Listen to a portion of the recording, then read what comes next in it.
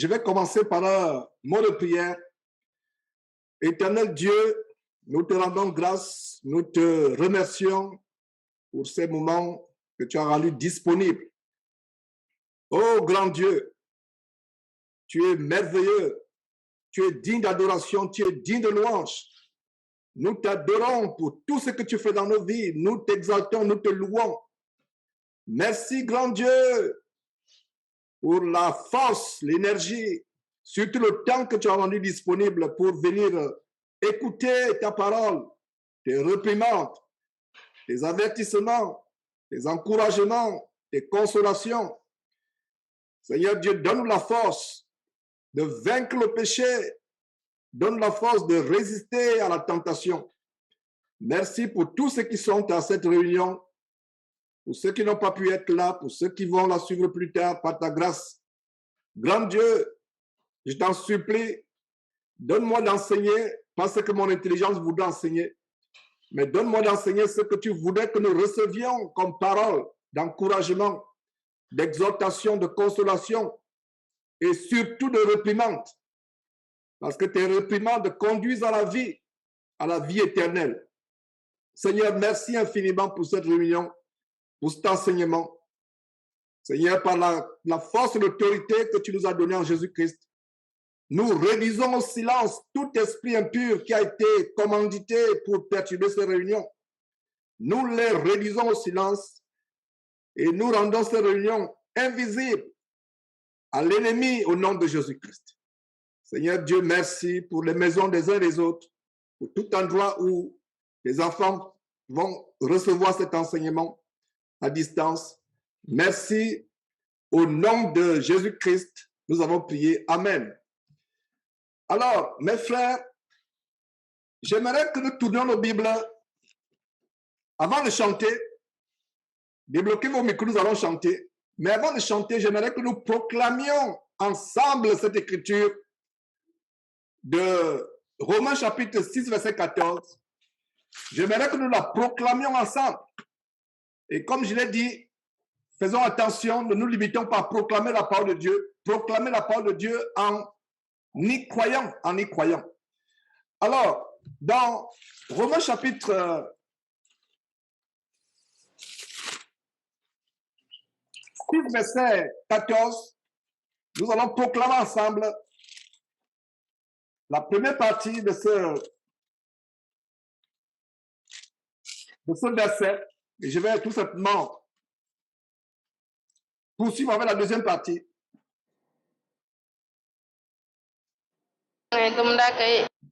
Voilà. Merci d'avoir fermé ce micro. Donc, proclamons ensemble, si vous êtes prêts, nous allons proclamer ce verset ensemble avec foi. Le péché n'aura point de pouvoir sur nous. Car le péché n'aura point de pouvoir sur nous, puisque nous sommes. Vous êtes non sous la loi. Le péché n'aura point de pouvoir sur nous. Car le péché n'aura point de pouvoir sur nous. Le péché n'aura Nous sommes non sous la loi, mais sous la grâce. Puisque nous sommes sous la loi, mais sous la je ne grâce. suis plus sur la loi, Non sous la loi, sur la grâce. Voilà. sous la grâce. Merci. Je ne Merci, suis merci. plus sous la Merci. loi, mais Merci. je suis sur la grâce. Voilà, Au nom de voilà. Jésus-Christ. C'est dommage que nous soyons, on aurait pu synchroniser et prononcer ensemble, car le péché n'aura point de pouvoir sur nous. Au lieu de dire vous, disons nous. Le péché n'aura point de pouvoir sur nous. Voilà comment nous commençons cet enseignement avec cette proclamation. Parce que nous sommes non sous la loi, mais sous la grâce. Le péché n'aura aucun pouvoir sur nous. Voilà ce que nous devons proclamer tous les jours. Avant de commencer, débloquez vos micros et nous allons chanter deux cantiques. Nous allons chanter deux cantiques. Veux-tu briser le péché, du péché le pouvoir? Veux-tu briser du péché le pouvoir? Et le deuxième cantique, ce sera c'est Jésus le Sauveur. Il est sorti du tombeau vainqueur. Alors, nous allons commencer. Débloquez vos micros. Élevons nos voix ensemble et chantons. Veux-tu briser du péché le pouvoir? Allons-y. Veux-tu briser du péché le pouvoir? C'est un Christ. La force tu veux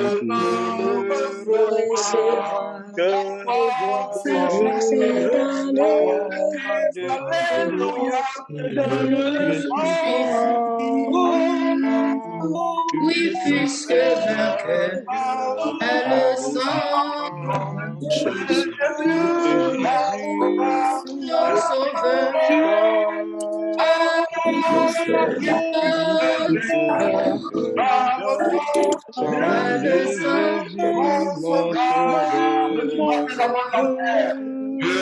tu passes l'enfer.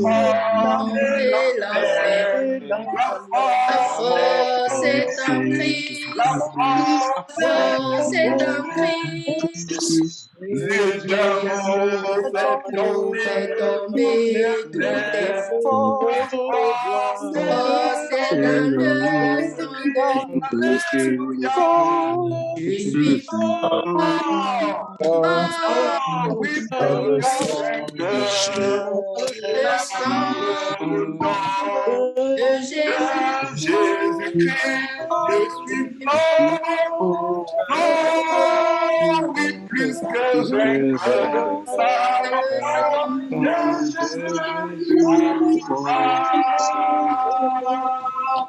veux-tu marcher aujourd'hui enfin? La force est en Christ. La force est en Christ. Jésus est tout puissant. La force est dans le sang de Christ.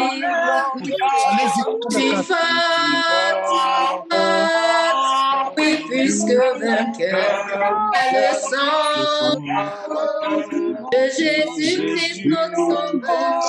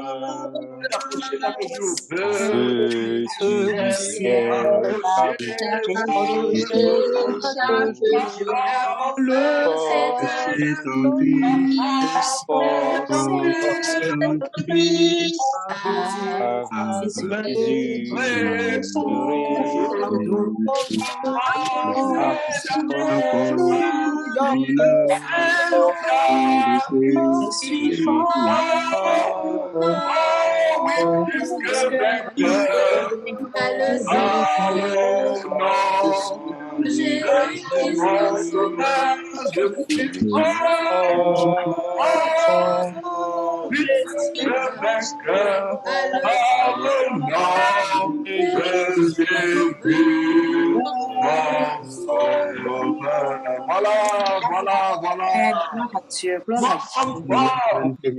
Quelle belle manière d'introduire cet enseignement.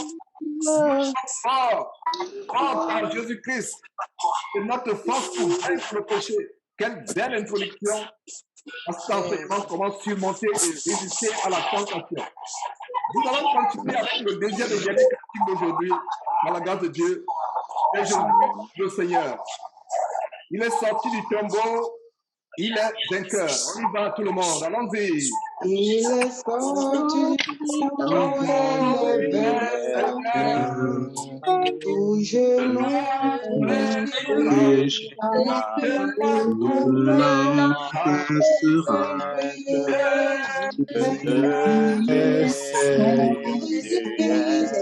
Jésus-Christ est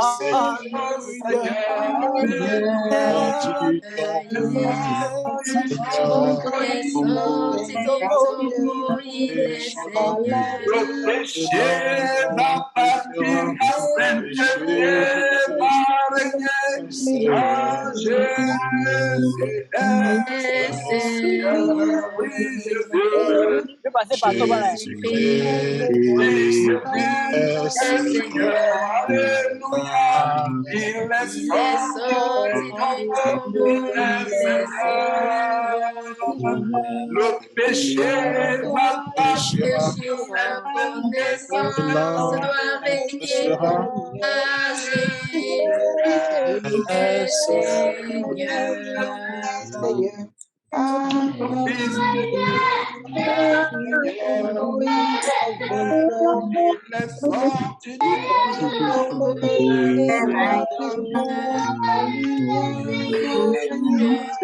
Yeshua, cela confessera que Jésus est Seigneur. Voilà.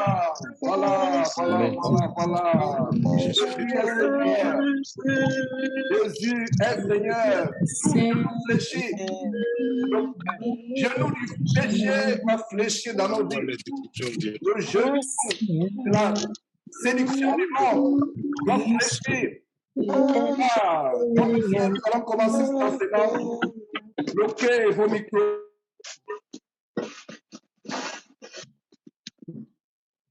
Tu as bloqué ton micro.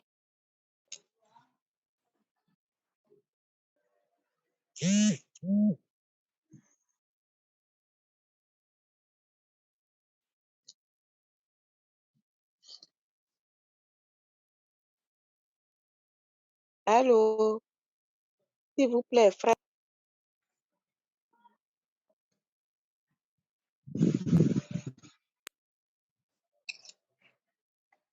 Le micro du frère Georges est bloqué. Nous rendons grâce à Dieu pour toutes choses. Oh, grand Dieu, merci, merci infiniment pour toute personne qui assiste à ces réunions. Merci pour la force que tu nous donnes. Merci pour la bienséance. Oh, grand Dieu, nous te rendons grâce. Nous te remercions. Prends pitié de nous, Seigneur Dieu. Délivre-nous de tout ce qui nous retient captifs. Délivre-nous de la séduction du péché. Oh, grand Dieu, nous avons péché. Nous avons péché par nos pensées, par nos actions, Seigneur Dieu. Nous ne sommes pas dignes de proclamer ta parole. Seigneur Dieu, aie pitié de nous, aie pitié de tes enfants réunis.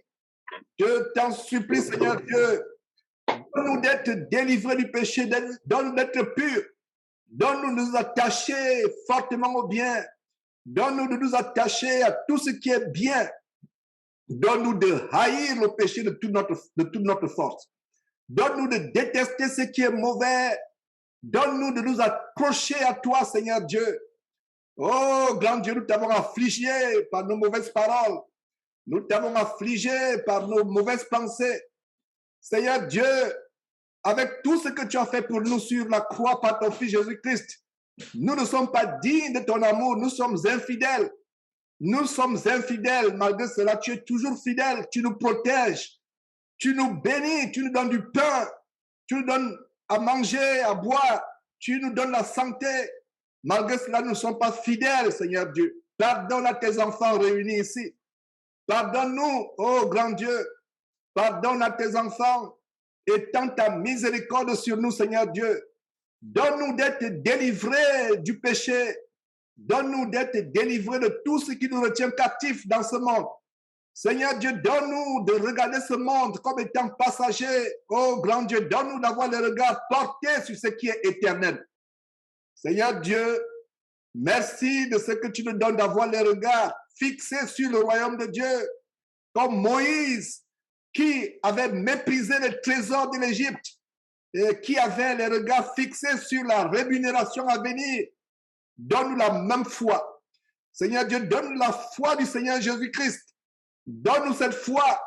Donne-nous la foi de marcher, non par la vue, non par nos sens, mais de marcher aveuglement comme Abraham qui pouvait aller à un endroit étranger ne sachant pas où il allait, mais aller par la foi. Grand Dieu, nous te remercions, nous te rendons grâce. Prends pitié de nous, Seigneur Dieu. Donne-nous d'être dignes de ton royaume éternel. Donne-nous d'avoir les regards fixés sur le royaume éternel. Seigneur Dieu, nous avons certainement par nos pensées, par nos paroles, par nos actions impures, par nos paroles impures, par nos actes impurs, nous avons fait de mauvaises choses. Seigneur Dieu, je t'en supplie, prends pitié, prends pitié, prends pitié, Seigneur Dieu, prends pitié, nous t'en supplie. Nous ne sommes rien sans toi, nous ne sommes rien. Donne-nous d'être délivrés du plus grand problème, le problème du péché. Merci Seigneur Dieu de ce que tu nous ouvres l'intelligence à recevoir cet enseignement. C'est au nom de Jésus que nous avons prié. Amen. Amen. Mes frères et sœurs, voilà le genre d'enseignement qui n'est pas populaire parce que quand on fait des séminaires, comment s'enrichir, comment devenir riche, comment avoir la puissance de Dieu dans la vie, comment percer, comment entrer dans sa destinée glorieuse sur cette terre. Que ce soit dans les stades sont remplis, les salles de conférence sont remplies, que ce soit par Internet, c'est rempli. Mais quand on fait un séminaire ou un enseignement comme celui-ci, comment vaincre le péché, comment surmonter la tentation, nous ne sommes pas nombreux. Je suis même surpris que nous soyons nombreux aujourd'hui. C'est le genre d'enseignement qui n'est pas populaire. C'est le genre d'enseignement que les chrétiens ne veulent pas entendre. Mais nous devons entendre cela, comme la parole de Dieu dit, nous exhortons chaque jour, comme on peut le dire aujourd'hui, afin que personne ne s'endurcisse par quoi? Par la séduction du péché. Le péché est le problème numéro 1 de l'humanité. C'est le plus grand problème. Et mes frères et sœurs, que j'aime bien dans le Seigneur, je vais vous dire une chose, ou je vais vous rappeler du moins une chose que j'ai toujours dite. Votre préoccupation sur terre, c'est de vaincre le péché. Le Seigneur Jésus nous a donné la victoire sur le péché en mourant sur la croix. Nous devons entrer dans cette victoire. Nous avons la capacité de vaincre le péché. Et c'est par une décision de libre arbitre que nous pouvons vaincre le péché. Et comme je disais dans ce merveilleux chapitre, ce merveilleux verset de Romains chapitre 6, verset 14, que je vous amène à proclamer, on a proclamé ensemble, car le péché n'aura point de pouvoir sur vous, puisque vous êtes non sous la loi, mais sous la grâce. Le péché n'aura pas. C'est une proclamation. Beaucoup parmi nous, nous nous laissons vaincre par le péché.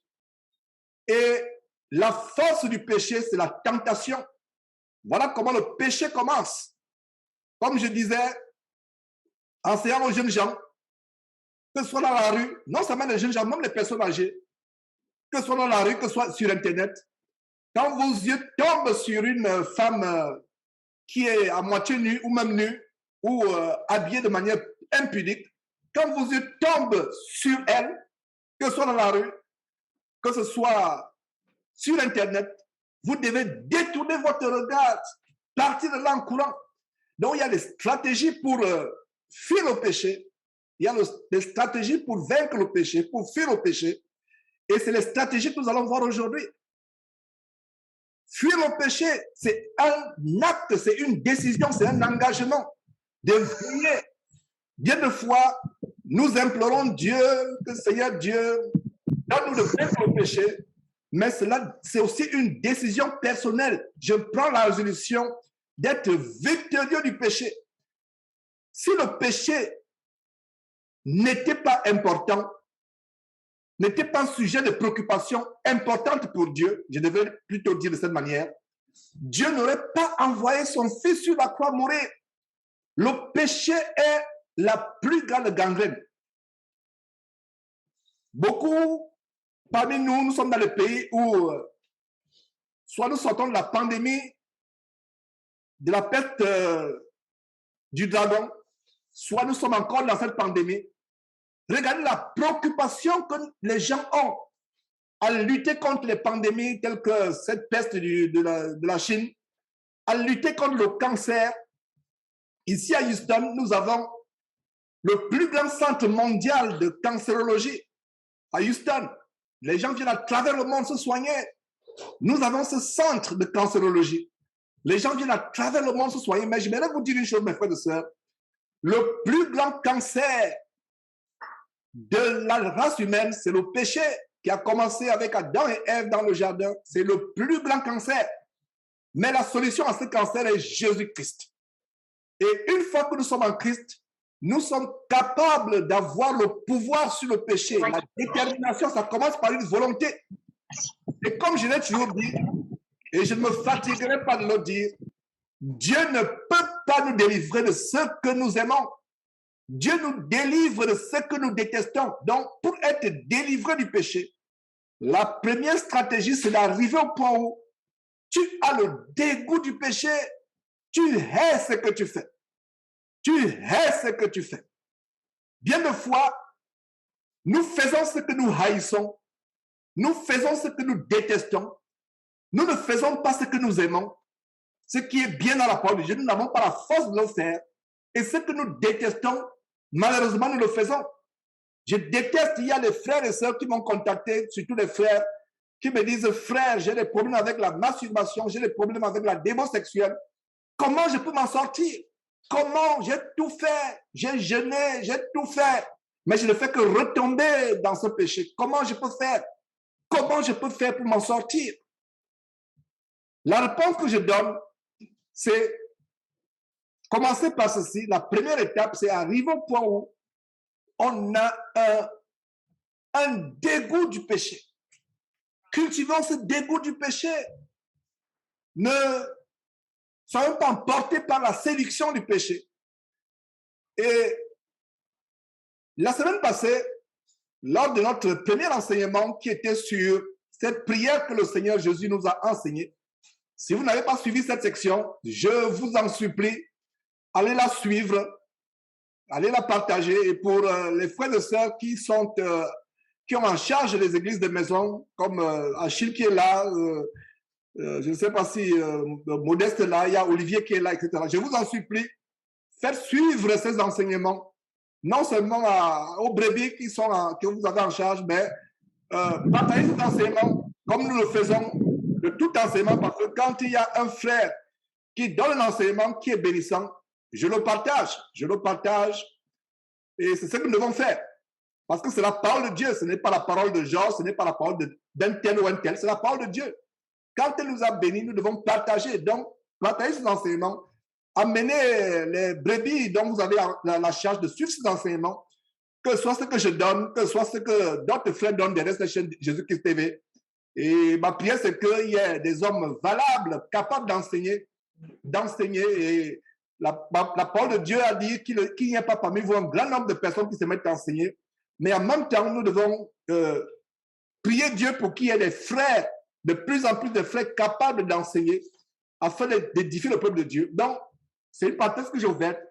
La semaine passée, le dimanche passé, une semaine jour pour jour, j'enseignais sur la prière que le Seigneur nous a enseignée. Et il y a un détail dans cette prière. Délivre-nous de la tentation. Je vous en supplie, mes frères et sœurs, je nous en supplie. J'ai dit je vous, non je connais, je nous en supplie.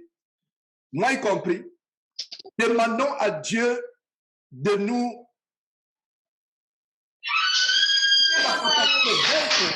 la tentation. Fermez vos micros, s'il vous plaît.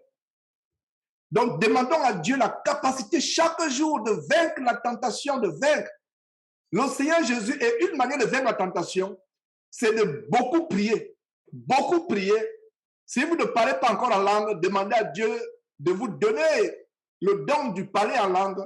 Et même si Dieu ne vous l'a pas encore donné, continuez à prier, mais en attendant, priez abondamment. Parce que quand on est dans la prière, constamment dans la prière, la tentation est moindre. La tentation arrive quand on s'éloigne de la parole de Dieu. Si quelqu'un me dit, frère, je suis constamment tenté, je suis constamment persécuté, j'ai des tentations, j'ai des rêves impurs dans la nuit, la première question que je vais poser, c'est que combien de temps passes-tu dans la parole de Dieu à longueur de journée? Combien de temps passes-tu dans la prière? Et aujourd'hui, nous avons la Bible de manière électronique. Par un ordinateur, on peut accéder à la Bible.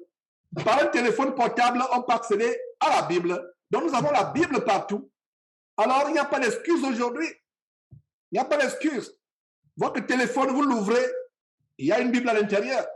Votre ordinateur a une Bible. Donc, il n'y a pas d'excuse. Alors, quelqu'un me dit, frère, j'ai des problèmes de résister à la tentation, j'ai des problèmes d'impureté dans ma vie, dans mes pensées. La question que je pouvais poser, frère, sœur, combien de temps passes-tu dans la parole de Dieu? Combien de temps passes-tu dans la prière? Nous devons constamment prier Dieu pour ne pas succomber à la tentation. Priez Dieu, si Seigneur, donne-moi la force. Crie au secours. Et on ne peut pas. Vous pouvez me tromper. Je peux vous tromper, mais on ne trompe pas Dieu. On ne trompe pas Dieu. Dieu voit la sincérité de votre cœur. Et ce genre de prière, c'est le genre de prière que vous faites dans le secret. Ne faites pas ce genre de prière publiquement parce que bien des fois, vous voulez paraître aux yeux des frères et sœurs pour ce que vous n'êtes pas. Ce genre de prière, faites-le dans le secret. Tu entres dans ta chambre, tu fermes la chambre derrière toi, tu dis, Seigneur Dieu, je veux faire ta volonté. Donne-moi la force de résister à l'ivrognerie. Donne-moi la force de résister à la démon sexuelle. Donne-moi la force d'oublier les choses du passé. D'oublier les choses du passé, de me tourner vers ce qui est en avant. Donne-moi la force de me libérer de tout ce qui me retient captif. Le diable fera tout. N'oubliez pas que le diable rôde comme un lion rugissant, cherchant qui il dévorera. Nous devons lui résister avec une foi ferme. Et la foi vient de quoi? La foi vient de ce qu'on entend. Ce qu'on entend vient de la parole de Dieu. Donc ne me dites pas, frère, j'ai des problèmes à résister à la tentation. J'ai des problèmes à résister au péché. Mais tu ne pries pas assez dans ta vie. Tu ne lis pas assez la parole de Dieu. Lis abondamment la parole de Dieu. Prie abondamment. Dieu va te donner la capacité de résister à la tentation. À la tentation. Et il y a deux versets que j'aimerais vous donner. C'est un résumé de ce qu'on a vu la dernière fois.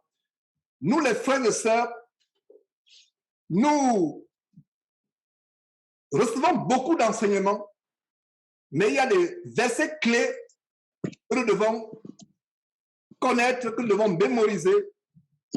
Et non seulement les mémoriser comme des perroquets ou comme des robots, mais les mettre en pratique. Et un de ces versets, c'est comprendre que nous avons la capacité par Jésus-Christ de vaincre le péché. Il est dit dans Hébreux chapitre 4, verset 15. Hébreux chapitre 4, verset 15. Ce verset donne quelque chose de très grand. On a vu cela l'enseignement la semaine passée, dimanche passé. Hébreux chapitre 4, verset 15 dit quoi? Car nous n'avons pas un souverain sacrificateur. Voilà, aujourd'hui nous avons en passant un seul souverain sacrificateur. Nous n'en avons pas deux. Donc nous avons un seul souverain sacrificateur. Alors le verset dit quoi? Verset 15, nous sommes en Hébreux chapitre 4, verset 15, frères et sœurs.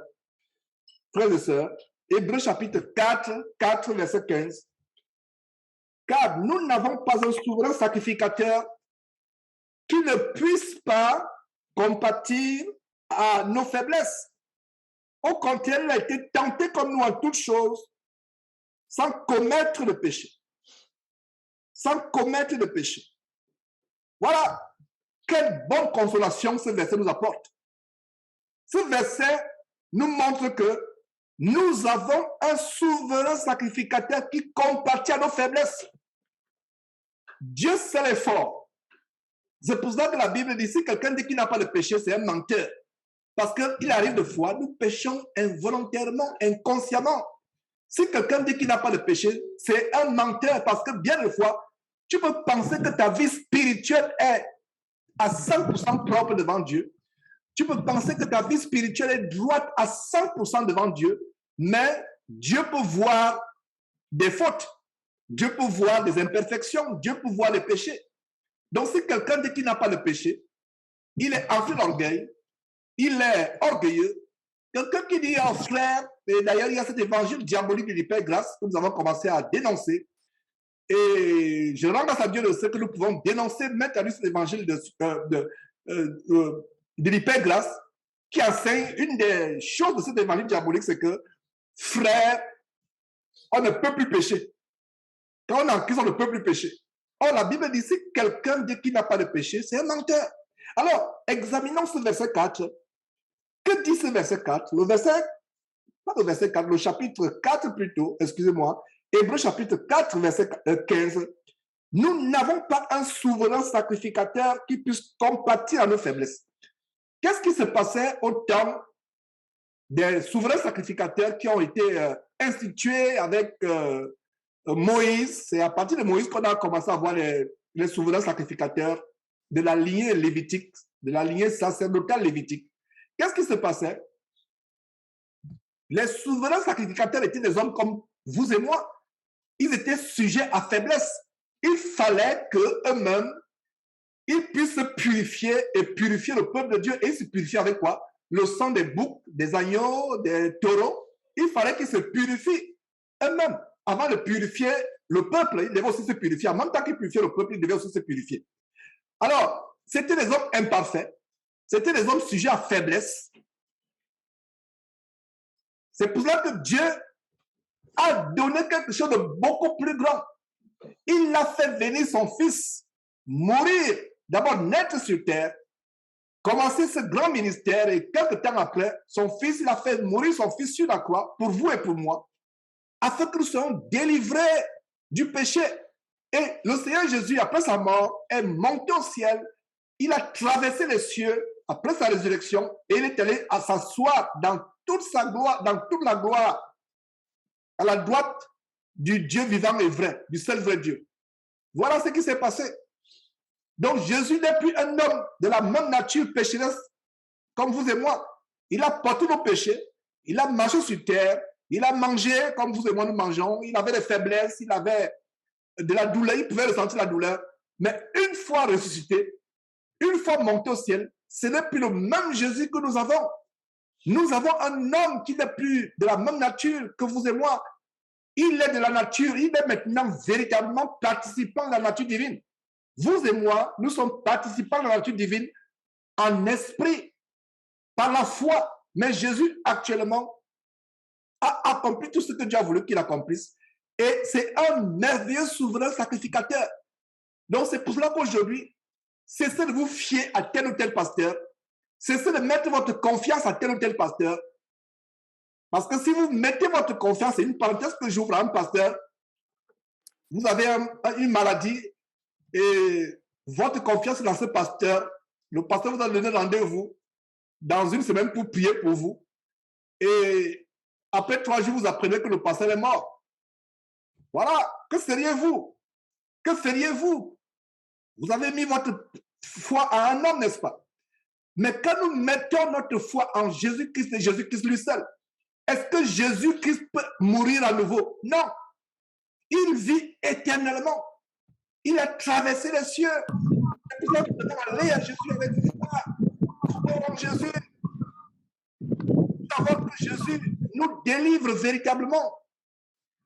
Voilà. C'est ce que nous devons faire. Aller à Jésus avec foi. Savoir qu'il est un souverain sacrificateur. Allons encore dans ce verset.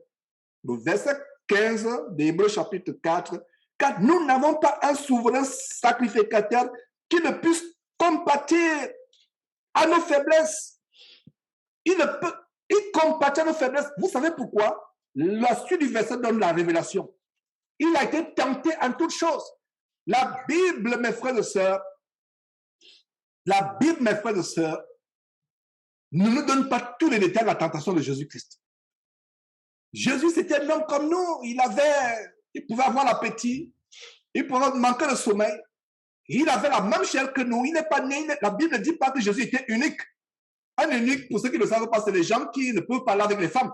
La Bible ne dit pas que Jésus était unique. Il avait un corps parfait. Un corps d'un homme normal. Quelle tentation il n'a pas eu. C'est pour ça qu'il peut combattre la faiblesse.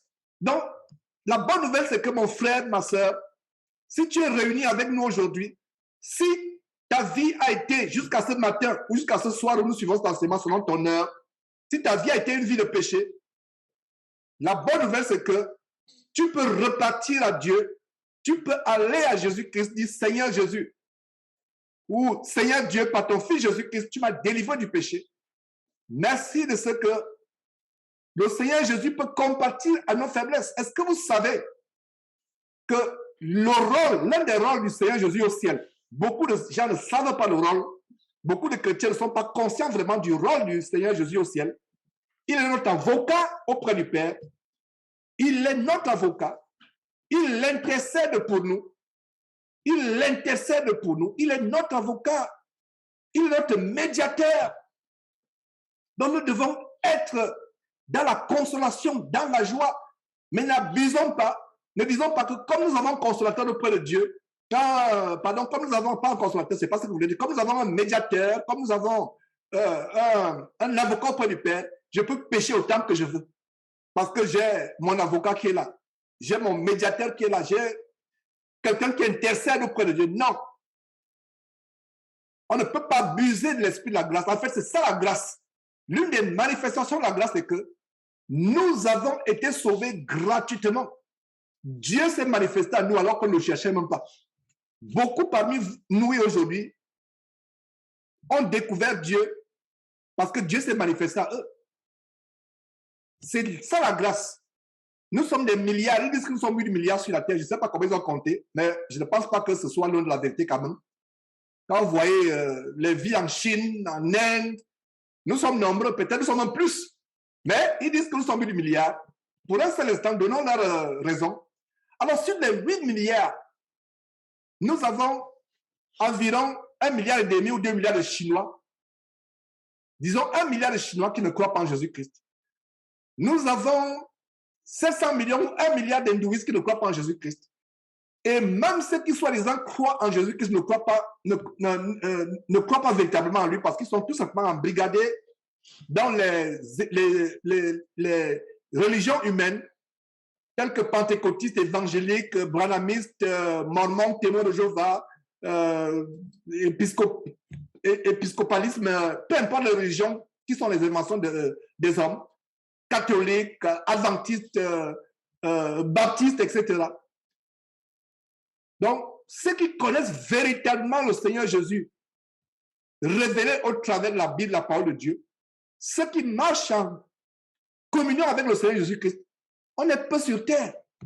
Je ne dis pas ça pour que cela suscite en vous l'orgueil, mais c'est une réalité, c'est une grâce.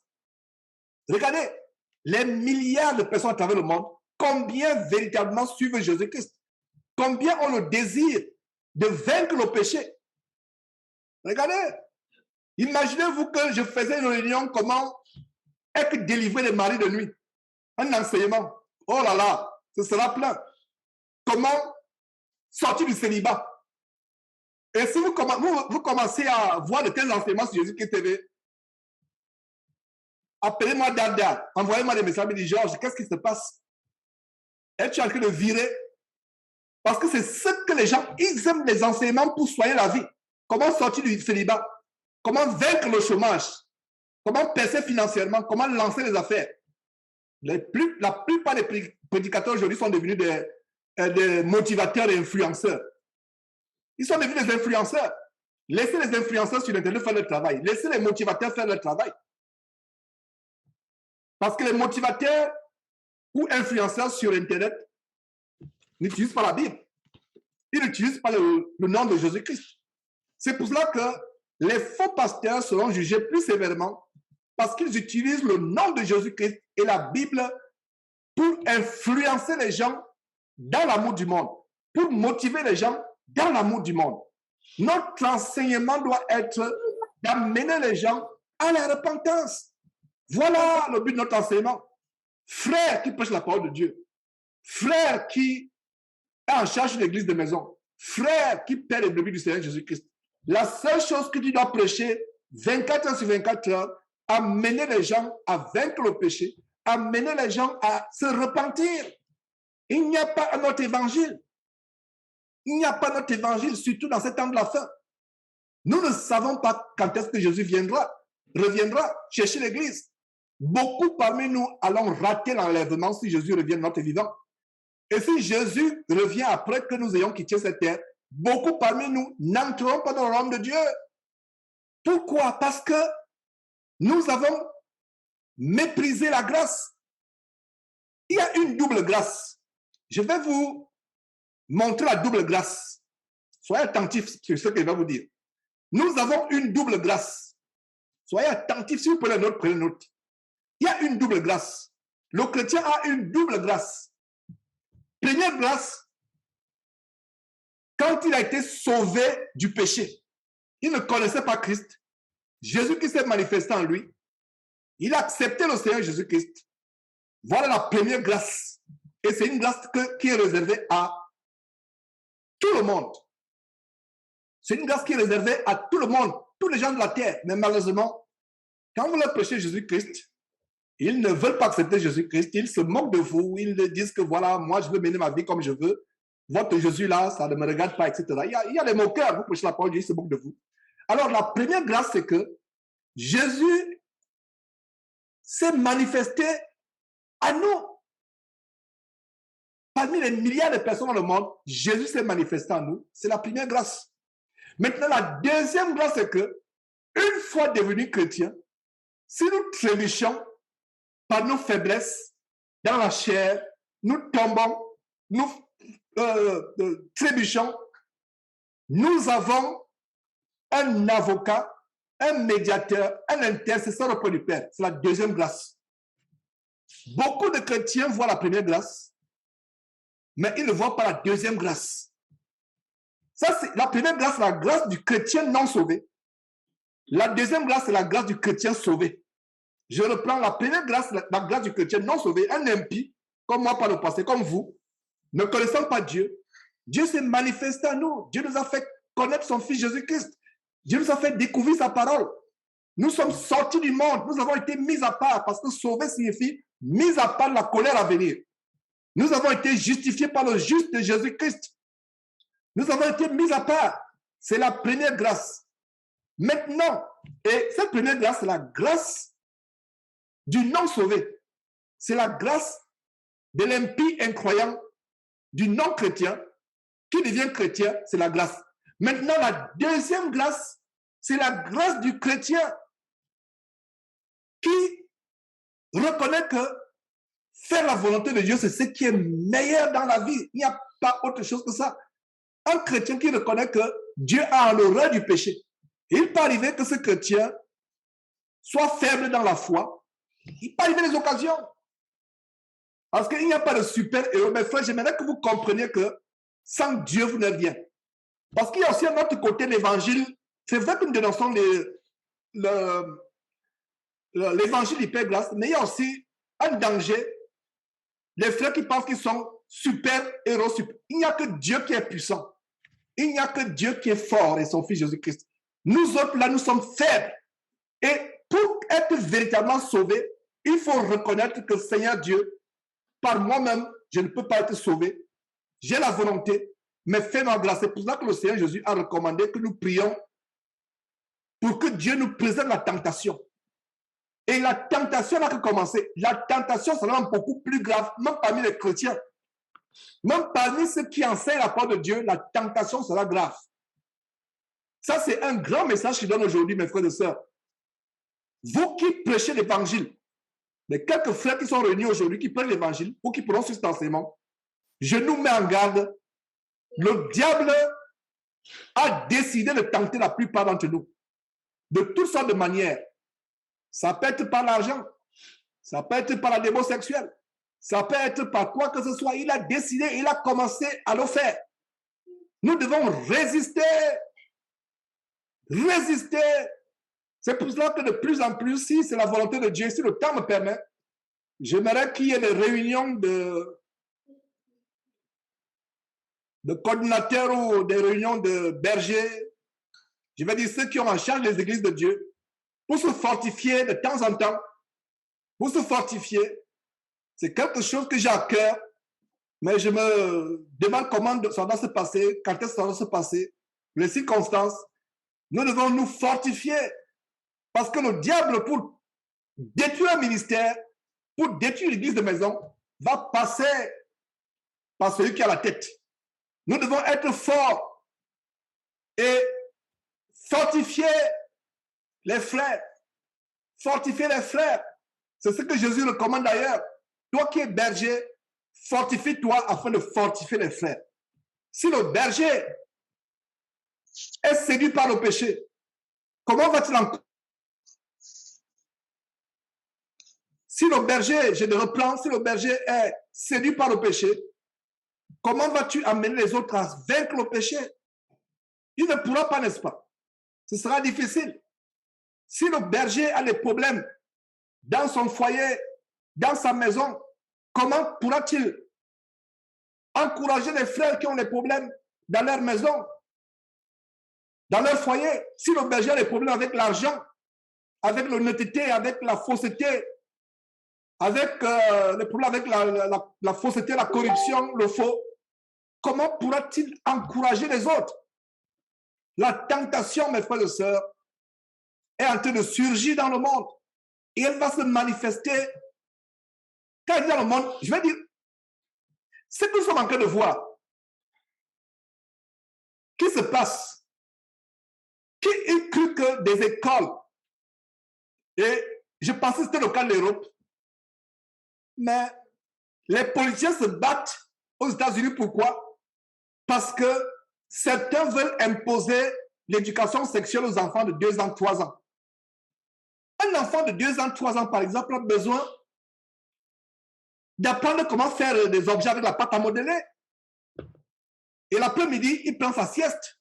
Mais il ne va pas à l'école pour savoir s'il est un homme, s'il est une femme, s'il peut changer de sexe, s'il peut expérimenter le plaisir sexuel. Mais ça, c'est terrible. Et ce n'est que le début. Ils ont réussi avec le mariage entre Adam et Steve, alors que Dieu a voulu que le mariage soit entre Adam et Steve. Aujourd'hui, c'est avec Adam et Steve. Incroyable. Dieu a dit mariage entre mariage entre Adam et Ève. Aujourd'hui, c'est Adam et Steve. Quelle confusion, mes frères et sœurs, aujourd'hui dans le cas dans le monde. Comme un frère disait, je ne sais pas, il y a quelques jours, un frère me disait, frère, aujourd'hui, les gens du monde marchent sur la tête. Dieu a dit, l'homme quittera son père et sa mère, s'attachera à sa femme. Ce n'est pas Adam et Steve. C'est Adam et Ève. Ce n'est pas Adam et Steve, c'est Adam et Ève. Aujourd'hui, on confond, on pense que c'est Adam et Steve. Ce n'est pas cela. Et la confusion au point où elle va même infiltrer les vraies assemblées de Dieu que nous formons. Les vraies assemblées de Dieu. Et nous devons résister à cette tentation. Il y aura des choses terribles. Et ne dites pas que ça se passe en Europe, aux États-Unis, au Canada, je dois retourner en Afrique. Je vous assure que les Africains sont forts à dépasser les maîtres dans l'enseignement des choses mauvaises. Je peux vous dire cela. L'Africain est fort. Parce que quand Internet a été créé, les Africains étaient en arrière sur Internet. TikTok a été créé, les Africains étaient en arrière. Mais allez un peu sur les réseaux sociaux. De temps en temps, dans cette prédication, il m'arrive de suivre un peu les tendances des jeunes. Parce que tu ne peux pas véritablement enseigner les jeunes sans savoir ce que les jeunes font. C'est pour ça que vous, parents, intéressez-vous un peu à ce que vos enfants font.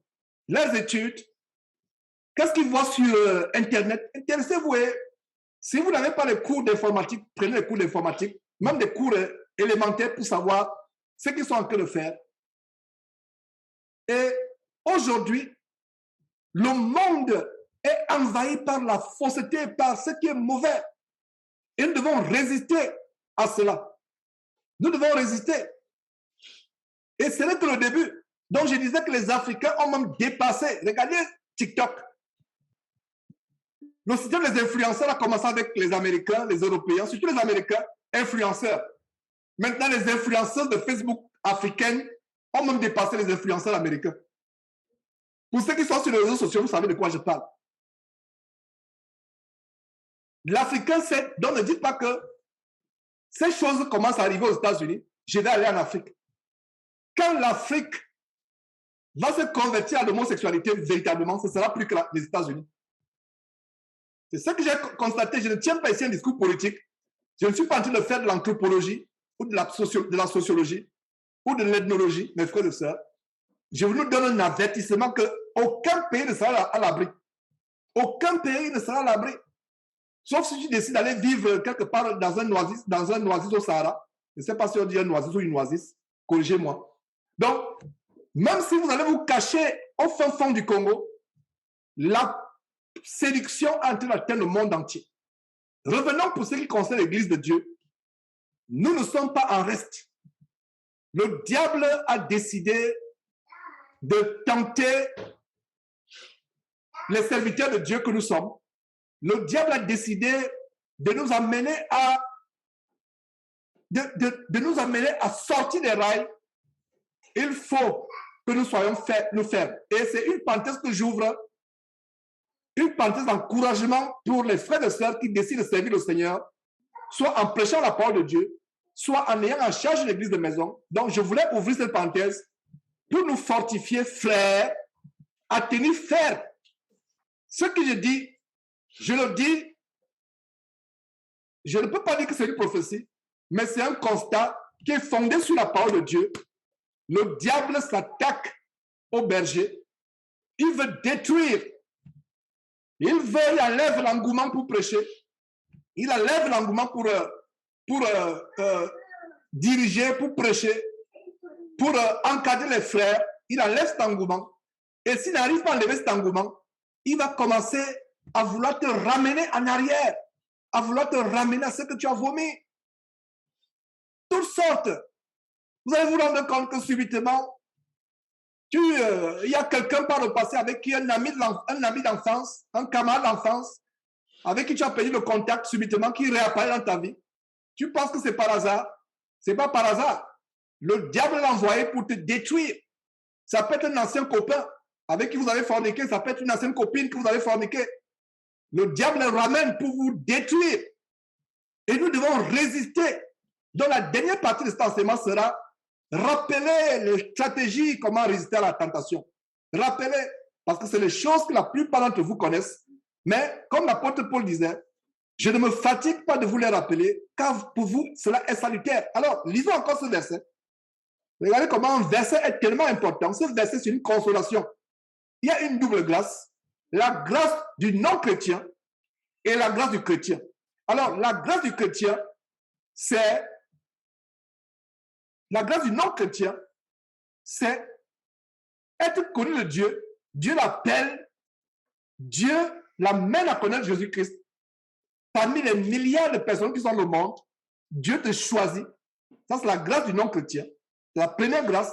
Maintenant, il y a une deuxième grâce, la grâce du chrétien qui est tombé dans le péché, qui a été séduit par le péché. Cette grâce-là, c'est ce que nous lisons en Hébreux chapitre 4, verset 15, car nous n'avons pas un souverain sacrificateur qui ne puisse compatir à nos faiblesses. Au contraire, il a été tenté comme nous en toutes choses, sans commettre le péché. Lui, il a été tenté sans commettre le péché. Mais il a expérimenté la tentation. Et d'ailleurs, par la grâce de Dieu, nous allons voir quelques détails dans Matthieu chapitre 4 ou Luc chapitre 4 pour voir comment le Seigneur Jésus a été tenté. Mais avant cela, allons à 1 Corinthiens. Ça, c'est un des versets que nous avons vu la dernière fois. Vous voyez comment nous revenons sur ces choses parce que c'est tellement important.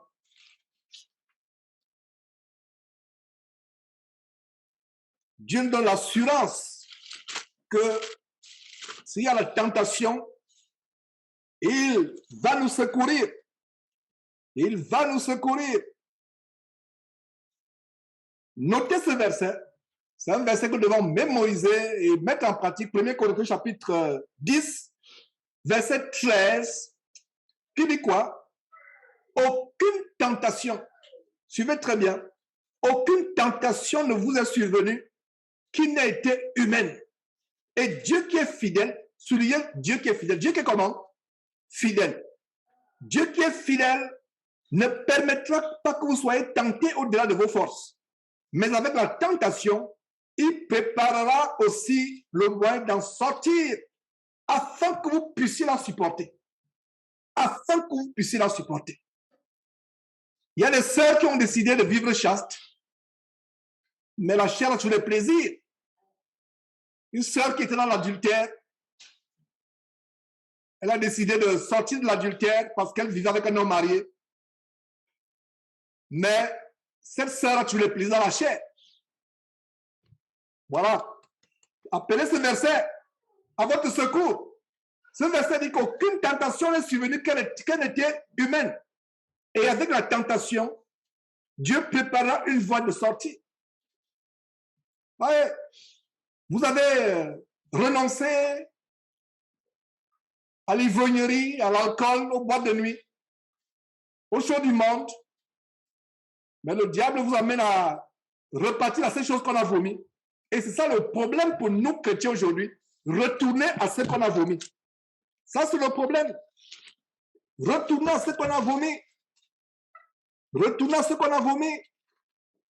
Ça, c'est le problème numéro 1 des chrétiens. Retourner à ce qu'on a vomi. Nous devons mettre en pratique, avant de revenir, gardons toujours un doigt sur 1 Corinthiens chapitre 10, verset 13.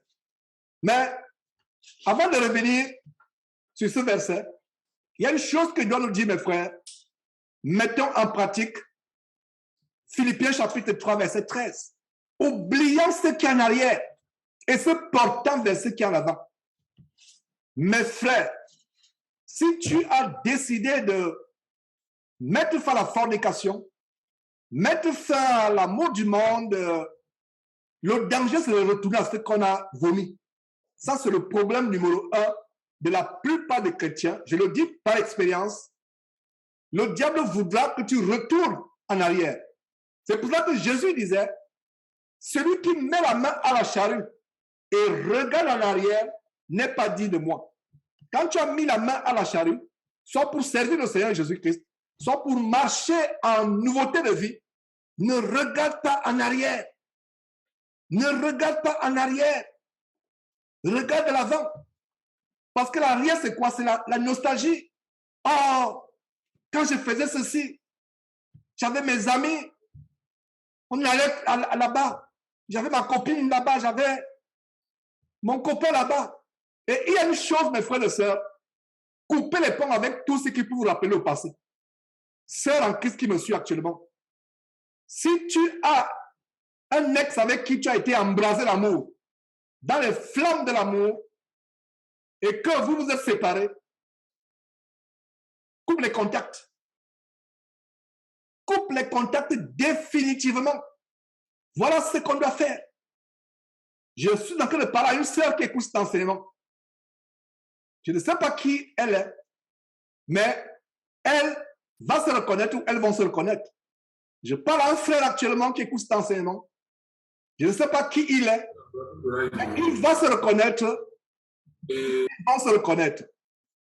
Si mon frère, tu as été embrasé par le passé dans les nuages de l'amour, de la fournaise de l'amour du monde, de l'amour charnel, débauché, l'amour impudique avec une femme, aujourd'hui tu es marié, le diable voudra t'embraser, il voudra te faire rappeler ces relations. Coupe les ponts, coupe les ponts, coupe les ponts. On ne peut pas s'amuser avec... et voilà maintenant les stratégies. Je ne sais pas si vous avez compris que nous commençons à entrer dans les stratégies, comment vaincre le péché.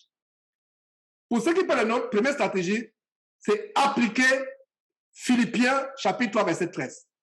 Oublions ce qui est en arrière. Oublie, c'est difficile d'oublier. La nostalgie est l'arme numéro 1 de Satan. Dis au Seigneur Dieu Père, délivre-moi de la nostalgie. Donne-moi d'être amnésique. Il y a une maladie qui attrape souvent, qui attaque les vieillards de plus en plus. Là, une maladie où ils deviennent amnésiques, ils oublient tout de leur vie. C'est une maladie. Mais quelquefois, demandons à Dieu de nous frapper de cela, de nous faire oublier le passé. Oublie le passé. Le nom de cette maladie sur mes lèvres, Mais peu importe le nom de cette maladie. Alzheimer. Voilà, exactement. Exactement. La maladie d'Alzheimer, Alzheimer, je ne sais pas d'où vient ce genre de nom, pourquoi il donne ce nom, mais nous savons que c'est les démons qui sont derrière cela. Alors, la maladie d'Alzheimer, tu oublies quelqu'un et cette maladie attaque souvent des personnes tellement influentes dans le monde, des personnes qui ont fait des grandes choses dans le monde, des personnes influentes, qui ont été des grands acteurs de cinéma, des grands stars de musique, des grands politiciens, et au crépuscule de leur vie, ils oublient tout ce qu'ils ont fait. Ils oublient. C'est une maladie, et pour moi, c'est même une attaque diabolique. Ça veut dire que, soit ça peut être une attaque diabolique, ça peut aussi être même la punition de Dieu. Tu as été dans la gloire, tu as été dans la gloire, Dieu oublie tout ce que tu as réalisé. Et c'est une maladie terrible. Un vieillard, sa femme entre dans la maison, dans la chambre, lui servir à manger, il dit, mais vous, qui êtes-vous? Il commence à crier, appelle la police, je ne vous connais pas. Qui êtes-vous? Alors que c'est la femme avec qui il a fait 50 ans de mariage. Mais il oublie que c'est sa femme. Qui êtes-vous? Je vais appeler la police. Qui êtes-vous? Sortez, vous voulez m'agresser? Alors que c'est sa femme. Les enfants viennent lui rendre visite pendant les vacances. Il demande aux enfants, qui êtes-vous? Je ne vous connais pas. Vous, c'est quel nom? La maladie d'Alzheimer est terrible. C'est une maladie terrible. Mais quelque part, demandons à Dieu de nous donner la maladie d'Alzheimer figurativement par rapport à notre passé. Par rapport aux mauvaises choses de notre passé. Pas par rapport aux bonnes choses. Et Dieu que je connais, qui est fidèle, qui est amour, ne nous donnera pas d'oublier les bonnes choses de notre passé. Mais Dieu voudrait que nous oublions les mauvaises choses de notre passé. Que nous les regardions comme de la boue. Et c'est ça l'apôtre Paul. L'apôtre Paul, quelque part, avait cette manifestation d'Alzheimer, mais du côté positif. C'est pour ça que l'apôtre Paul pouvait dire, toutes ces choses qui étaient pour moi des gars, je les regarde comme de la boue.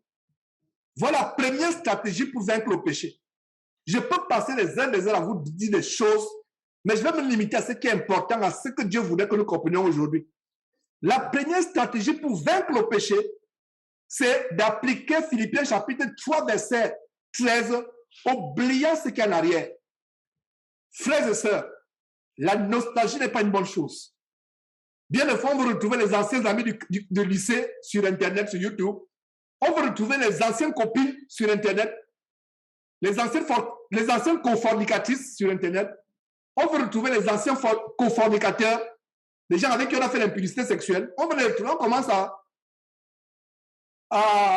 penser à eux. Non, quand la pensée commence à venir, chasse cette pensée au nom de Jésus-Christ. Chasse cette pensée. Est-ce que tu me comprends, sœur?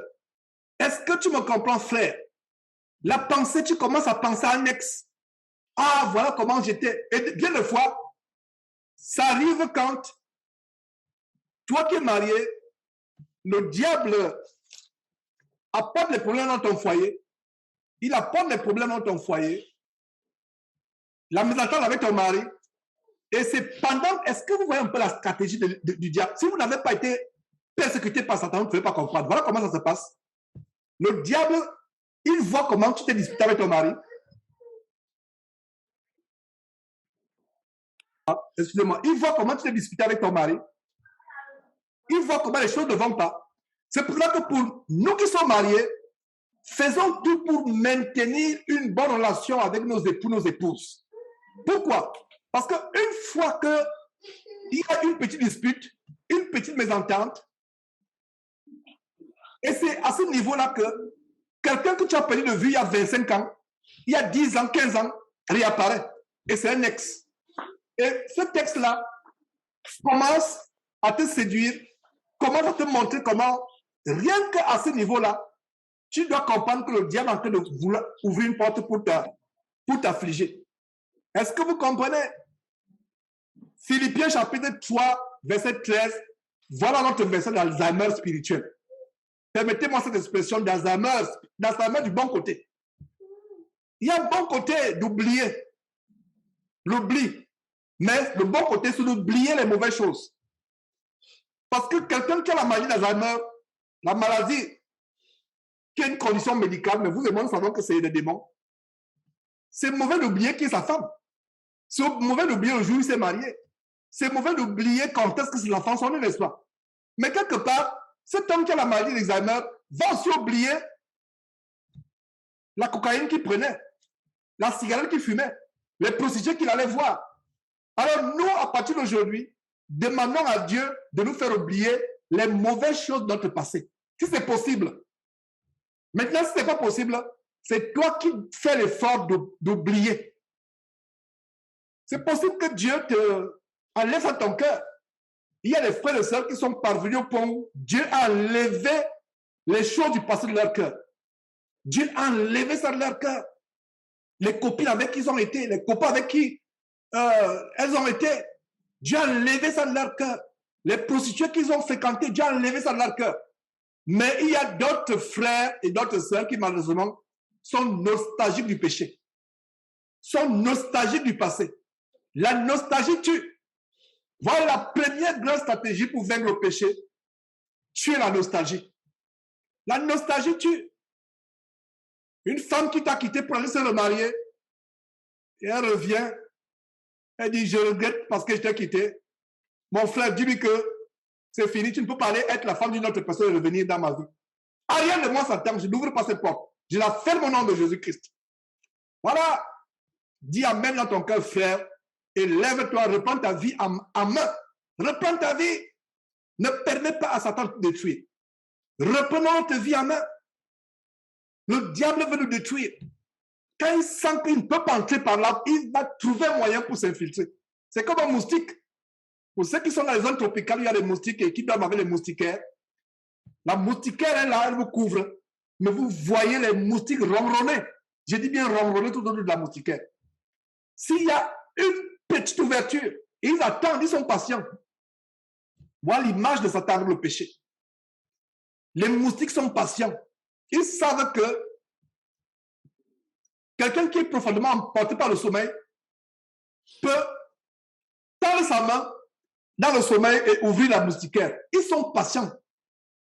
Et je me rappelle en Afrique, quand j'utilisais la moustiquaire, le matin, tu te rends compte que tu as été piqué par les moustiques alors qu'il y avait la moustiquaire. Ils ont été patients parce qu'ils savent qu'à un moment, soit ton pied va ouvrir la moustiquaire, soit ta main que tu vas balancer va ouvrir la moustiquaire. Voilà ce qui se passe. C'est pour ça que la Bible dit que notre ennemi, le diable, rôde comme un lion rugissant. Il rôde. Donc, la première stratégie, mon frère, ma soeur, c'est d'être amnésique. C'est le mot, amnésique vis-à-vis de ton passé. Oublie le passé. Ça peut être difficile, mais oublie le passé. Lève-toi et dis, mon passé là, c'est fini. J'ai été dans la fornication avec quelqu'un. J'étais dans l'ignorance de la parole. C'est passé. Je suis une nouvelle créature. Et il arrive que quelqu'un du passé, la personne te harcèle, t'appelle tous les jours. À un moment, qu'est-ce que tu fais? Tu bloques ton micro. Alors, je vais dire, tu bloques ton téléphone. Tu bloques même la personne de ton téléphone. Parce que tu t'amuses avec le feu, tu seras brûlé. Et comme je l'ai toujours dit, honnêtement, je le dis aujourd'hui, on ne peut pas voir des amitiés avec les ex. Ce n'est pas possible. L'ex est parti. Elle est partie. Maintenant, si vous avez été marié et la personne se répand, revient, ok. Selon la volonté de Dieu, tu peux pardonner à la personne. Mais une femme avec qui tu as été, qui est partie être la femme des autres hommes, et elle revient, mon frère, un enfant de Dieu vit dans la sainteté. C'est vrai que tu pardonnes, mais c'est une situation délicate. Que Dieu donne la force de résister à la tentation. Le péché entre par la nostalgie. C'est la première fois que je fais véritablement l'enseignement sur la nostalgie comme étant une porte ouverte, une porte d'entrée pour le péché. La nostalgie du passé. La nostalgie de ce que nous avons fait. La nostalgie, on commence à se souvenir. Est-ce que vous savez que mes frères et sœurs, ça ne date pas d'aujourd'hui? Qu'est-ce qui arrive? Allez suivre l'enseignement que j'ai fait sur le livre d'Exode. Étude approfondie, verset après verset. Allez encore suivre. Qu'est-ce qui se passe?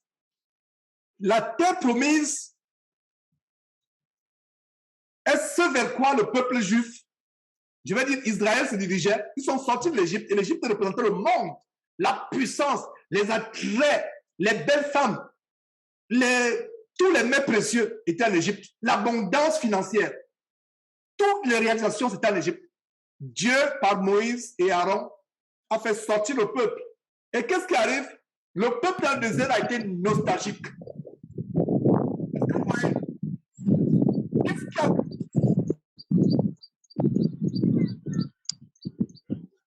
Qu'est-ce qui a fait détourner le peuple?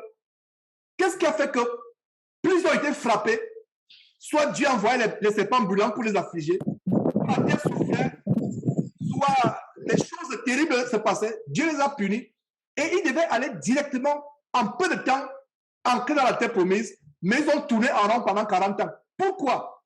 À cause de la nostalgie. Être nostalgique de l'Égypte, de la vie passée, parce que notre vie passée, c'est l'Égypte. Être nostalgique. Il y a les frères, il n'était plus, il a abandonné la passion de la musique mondaine, il a abandonné la passion du football. Satan commence à le séduire et le voilà, il se retrouve encore en train de suivre les matchs de football avec passion. Il commence à regarder les choses mondaines à la télévision. La nostalgie, c'est l'arme numéro 1 de Satan. Est-ce que vous saviez cela? La nostalgie, c'est la même chose qui s'est passée avec ceux qui nous ont précédés dans la foi. Ceux qui nous ont précédés dans la foi, qui sont sortis de l'Égypte. Ils regrettaient, oh, on mangeait des oignons, on mangeait du poireau, on mangeait des viandes. On avait toutes sortes de boissons. On avait l'eau à volonté. Mais voilà, Moïse est venu nous jeter dans ce désert. Nous sommes en train de traverser. Le désert n'est pas agréable. Le désert, c'est la ridité. C'est la rudesse et la ridité, le désert. Ce n'est pas agréable. Et bien, des fois, on va murmurer, on va regretter le passé. Votre femme est une pierre achoppante dans votre vie. Vous commencez à penser à l'ex. Vous commencez à penser à l'ex, à l'Égyptien. Voilà comment j'appelle, parce que l'Égypte, c'est tout ce qui est hors du plan de Dieu. Vous commencez à penser à l'Égyptienne. Mon frère, votre femme vous fait des problèmes, vous commencez à penser à l'Égyptienne. Vous avez des difficultés dans votre marche en Christ, vous commencez à penser à l'Égypte. La nostalgie, voilà la première clé pour surmonter la tentation. Demandez à Dieu de vous mettre à l'abri de la nostalgie, vaincre la nostalgie. Et si vous arrivez au point où vous vainquez la nostalgie, oh là là, ce sera vraiment quelque chose de bien. Quelque chose de bien de vaincre la nostalgie. Alors, voir l'histoire de Jésus, comment il est tenté dans le désert.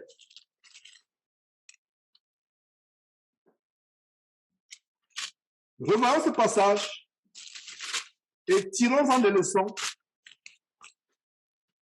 C'est un passage qu'on a partagé et que Dieu vous donne la force de commencer, la force, le temps, la disponibilité pour commencer l'étude approfondie de Matthieu, verset après verset. Matthieu, c'est un grand livre.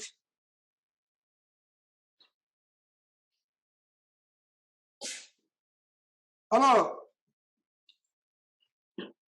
qu'est-ce que nous voyons dans Matthieu chapitre 4? Qu'est-ce que nous voyons? D'abord, la fin du chapitre 3, nous voyons que Jésus a été baptisé par Jean-Baptiste. Jésus a été baptisé par Jean-Baptiste. En Jean chapitre 3, nous voyons comment au verset 16, dès que Jésus eut été baptisé, il sortit de l'eau et voici les cieux s'ouvrirent et il vit l'Esprit de Dieu descendre comme une colombe et venir sur lui. Et voici une voix fit entendre des cieux ces paroles. Celui-ci est mon fils bien-aimé en qui j'ai mis toute mon affection. Voilà comment le Seigneur Jésus est rempli du Saint-Esprit. Et une voix se manifeste du ciel. La voix de son Père, la voix de Dieu, son Père, notre Père, se manifeste du ciel en disant, celui-ci est mon fils bien-aimé. Qu'est-ce qui se passe? Immédiatement, c'est là où le diable tente. Mon frère, ma soeur, les plus grandes tentations de ta vie vont commencer le jour où tu sors des eaux de baptême. De ces rivières où les frères sont partis te baptiser. ta tentation pourra commencer le jour où, quelques minutes après le jour où tu as reçu le parlant et tu as été rempli de l'esprit, tu t'es mis à parler en langue. Ça n'attend pas. Quelle leçon nous pouvons tirer ici? Ce n'est pas parce que Dieu s'est manifesté en toi puissamment, miraculeusement, tu as été rempli du Saint-Esprit, tu as commencé à parler en langue. Sache que la seconde qui suit, c'est le combat qui commence. Parce que le diable, il sait qu'il lui reste peu de temps. La tentation commence même dès le temps où tu es sorti des eaux du baptême. Ça a commencé avec Jésus-Christ. Il y a des témoignages comment quelqu'un s'est baptisé le matin.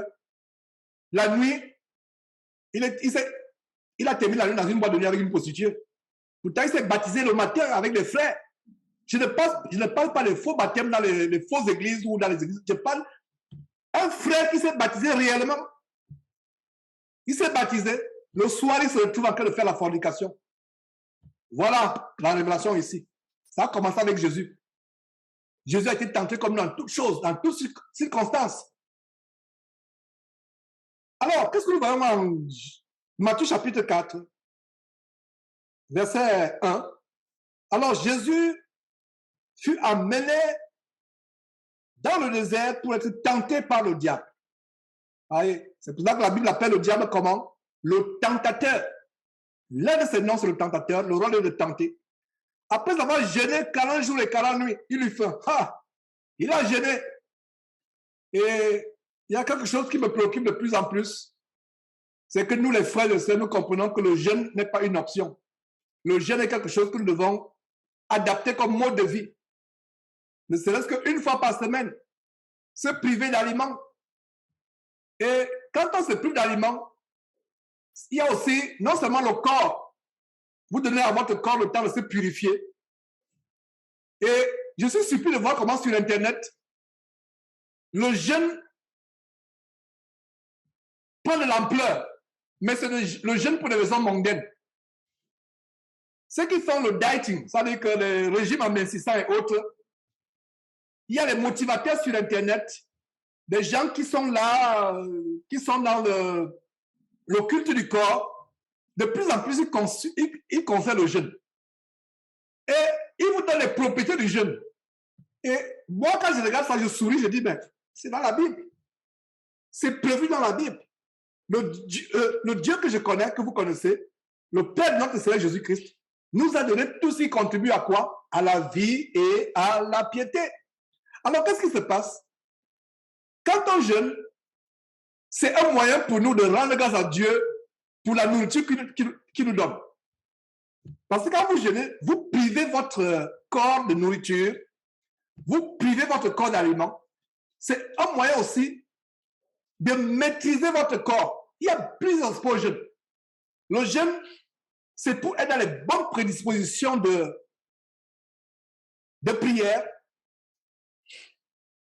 Il y a une chose que j'ai constatée et qui est choquante, c'est que dans les sociétés initiatiques comme au Gabon, l'un de mes pays, même au Cameroun, qui est l'un de mes pays également, il y a des choses que j'ai remarquées, c'est que les gens qui sont dans les sociétés ésotériques à caractère vaudou, tels que le Bouti au Gabon, ou peu importe les sociétés initiatiques, quand ils font leur veillée d'invocation des démons, ils jeûnent. Donc, le jeûne est cautionné, encouragé, même par ceux qui servent notre adversaire, l'adversaire de notre Dieu, le diable. Eux aussi, ils jeûnent. Même les musulmans jeûnent. Il semble que les musulmans sont dans le mois de jeûne actuellement. Eux-mêmes jeûnent. Les sorciers jeûnent. Les bouddhistes jeûnent. Tous ceux qui sont dans les sociétés ésotériques jeûnent. Même les francs-maçons jeûnent. Il y a les francs-maçons ou les occultiens qui jeûnent pour leurs armes magiques, pour avoir plus de puissance.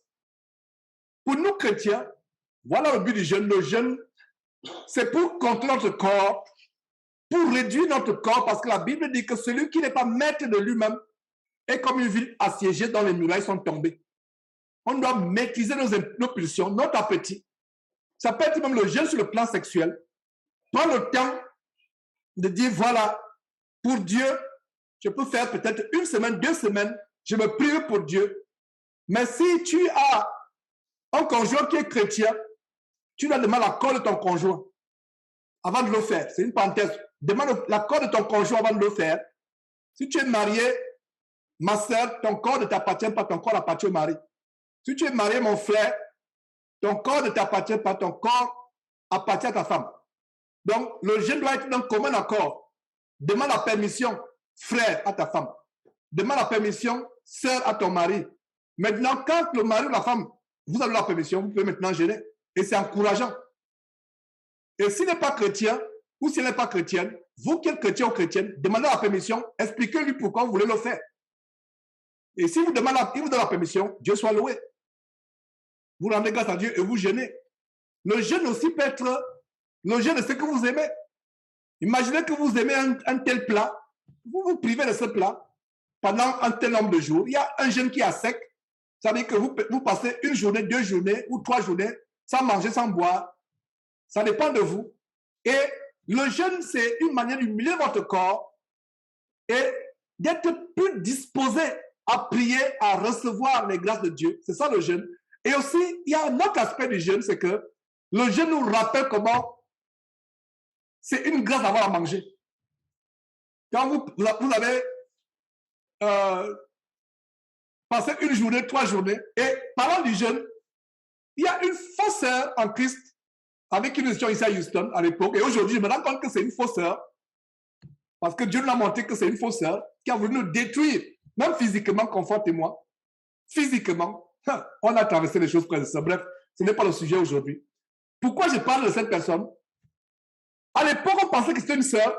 J'ai eu à cœur de jeûner. Elle ne savait pas que je jeûnais. Je ne sais pas si conforme va qu'on parle à ce jeûne, mais voilà, je pense que je jeûnais seul. Alors, elle nous rendait plus visite. Je ne savais pas à l'époque. À l'époque, Dieu nous avait montré son côté, son caractère, etc. Mais voilà comment elle ne nous rendait pas visite. Elle nous rendait plus visite constamment. Je m'engage à jeûner. Je m'engage à jeûner. Premier jour, je jeûne. Deuxième jour, je ne sais pas si c'était au 2e ou 3e jour, je suis dans la chambre, c'était en haut, où je jeûnais. J'entends la voix en bas. Et non seulement la voix, l'odeur. Elle a porté un mets, je crois que c'était des pizzas ou quelque chose de similaire. Et à l'époque, j'aimais les pizzas à l'époque. Ce n'est plus le cas aujourd'hui. Dieu soit loué pour ça. J'aimais les pizzas. Je ne dis pas que les pizzas sont mauvaises, mais quand vous ne pouvez plus vous passer de quelque chose, c'est pas bon. C'est pas bon. Nous devons arriver au point où, et je rends grâce à Dieu de ce que je ne pouvais pas me passer, par exemple, des sodas, du Coca-Cola et autres. Et un témoin aujourd'hui, c'est que quand il n'y a même plus. Voilà un exemple dans nostalgie. Parce que quand nous sommes arrivés dans ce pays, le coca qu'on nous sert ici n'a rien à voir avec le coca d'Afrique ou le coca en Europe. Alors, quand c'était tellement. Et c'était addictif, on ne savait pas. Et un jour, on était à une réunion de prière et on a donc, après la réunion de prière, on a eu ce sujet que voilà, effectivement, le coca. Pourquoi on est même accro à cela? Ça vient d'où, etc. On a fait les recherches et un frère et moi, on a décidé, après la réunion, on a dit, sœur, est-ce que vous pouvez nous prêter votre cuisine un instant? Ça, on dit, mais qu'est-ce que vous voulez faire? On a dit non. Et on a pris une bouteille une bouteille entière, un gallon. Je ne sais pas si on dit un gallon en français. Un gallon en anglais, ça veut dire que c'est environ 3 litres. Bref. Donc, on a vidé la casserole, on a allumé. On a brûlé, on a allumé, on a fait bouillir, on a bouilli. Et après 30-45 minutes, ça a séché et c'était le goudron. Je vous dis le goudron noir. Donc, comme tu puisses, tu sens comment c'est du goudron comme le goudron qu'on utilise pour la rue. Ce jour-là, on a décidé de ne plus jamais boire de coca. On a décidé de ne plus jamais boire de coca. Et comme ce frère et moi, à l'époque, on faisait le sport, alors il est parti par le sport, on a dit, frère, comment on a décidé de ne plus boire le coca? Buvons pour la dernière fois. Et on a bu pour la dernière fois. On a dit, ça y est, on ne buvra plus. Je ne sais pas si il a tenu. Mais moi, jusqu'à aujourd'hui, j'ai tenu parce que je me suis dit, je ne vais plus boire. Et j'ouvre une parenthèse, pourquoi? Parce que tout ce que nous mangeons est sanctifié par la prière. Mais à un moment, Notre corps n'a pas besoin de tout. Notre corps n'a pas besoin de tout. Il faut arriver au point de dire, mais non, mon corps n'a pas besoin de ça. Mon corps n'a pas besoin de ceci. Mon corps n'a pas besoin de cela. N'oubliez pas que notre corps est le temple de Dieu. Donc, une pizza en soi n'est pas mauvais. Mais le fast-food américain, pour vous qui êtes aux États-Unis, nous sommes dans la culture du fast-food. Non seulement c'est de l'argent que vous dépensez l'argent, vous mangez dehors. Et j'encourage souvent les frères et sœurs, surtout ceux qui sont dans ce pays aux États-Unis, préparez chez vous. Parce qu'au moins, vous savez la provenance de vos aliments. Vous pouvez aller dans les fermes, faire vos courses, acheter vos vivres, vos condiments, vos légumes dans les fermes locales. Vous assurez quand même la provenance. Nous devons suivre ce qui est à notre bouche. N'oubliez pas que notre corps est le temple de Dieu. Nous nous préoccupons de l'alcool, nous les chrétiens. Nous nous préoccupons de la cigarette. Mais combien sont parmi nous qui nous préoccupons de ce qui est à notre corps? Je ne dis pas que ça va aller à l'extrême. Parce qu'il y a aussi l'extrême pour la parole où les frères et sœurs sont même pires que les gens du monde. Ils contrôlent maintenant tout ce qui est dans leur bouche. Non, mais quand même, à un moment, quand vous ne pouvez vous passer de quelque chose, ce n'est pas bien. Nous devons arriver au point où nous passons des choses. Et je rends compte de ce que tout ce qui est soda, jus, industriel, artificiel, que ce soit le Fanta, le Coca, tout ce qu'on appelle soda, Coca, Fanta, etc. Comme ceux qui sont au Cameroun, vous voyez la célèbre boisson du Cameroun, qui est la célèbre boisson du Cameroun, le top TOP.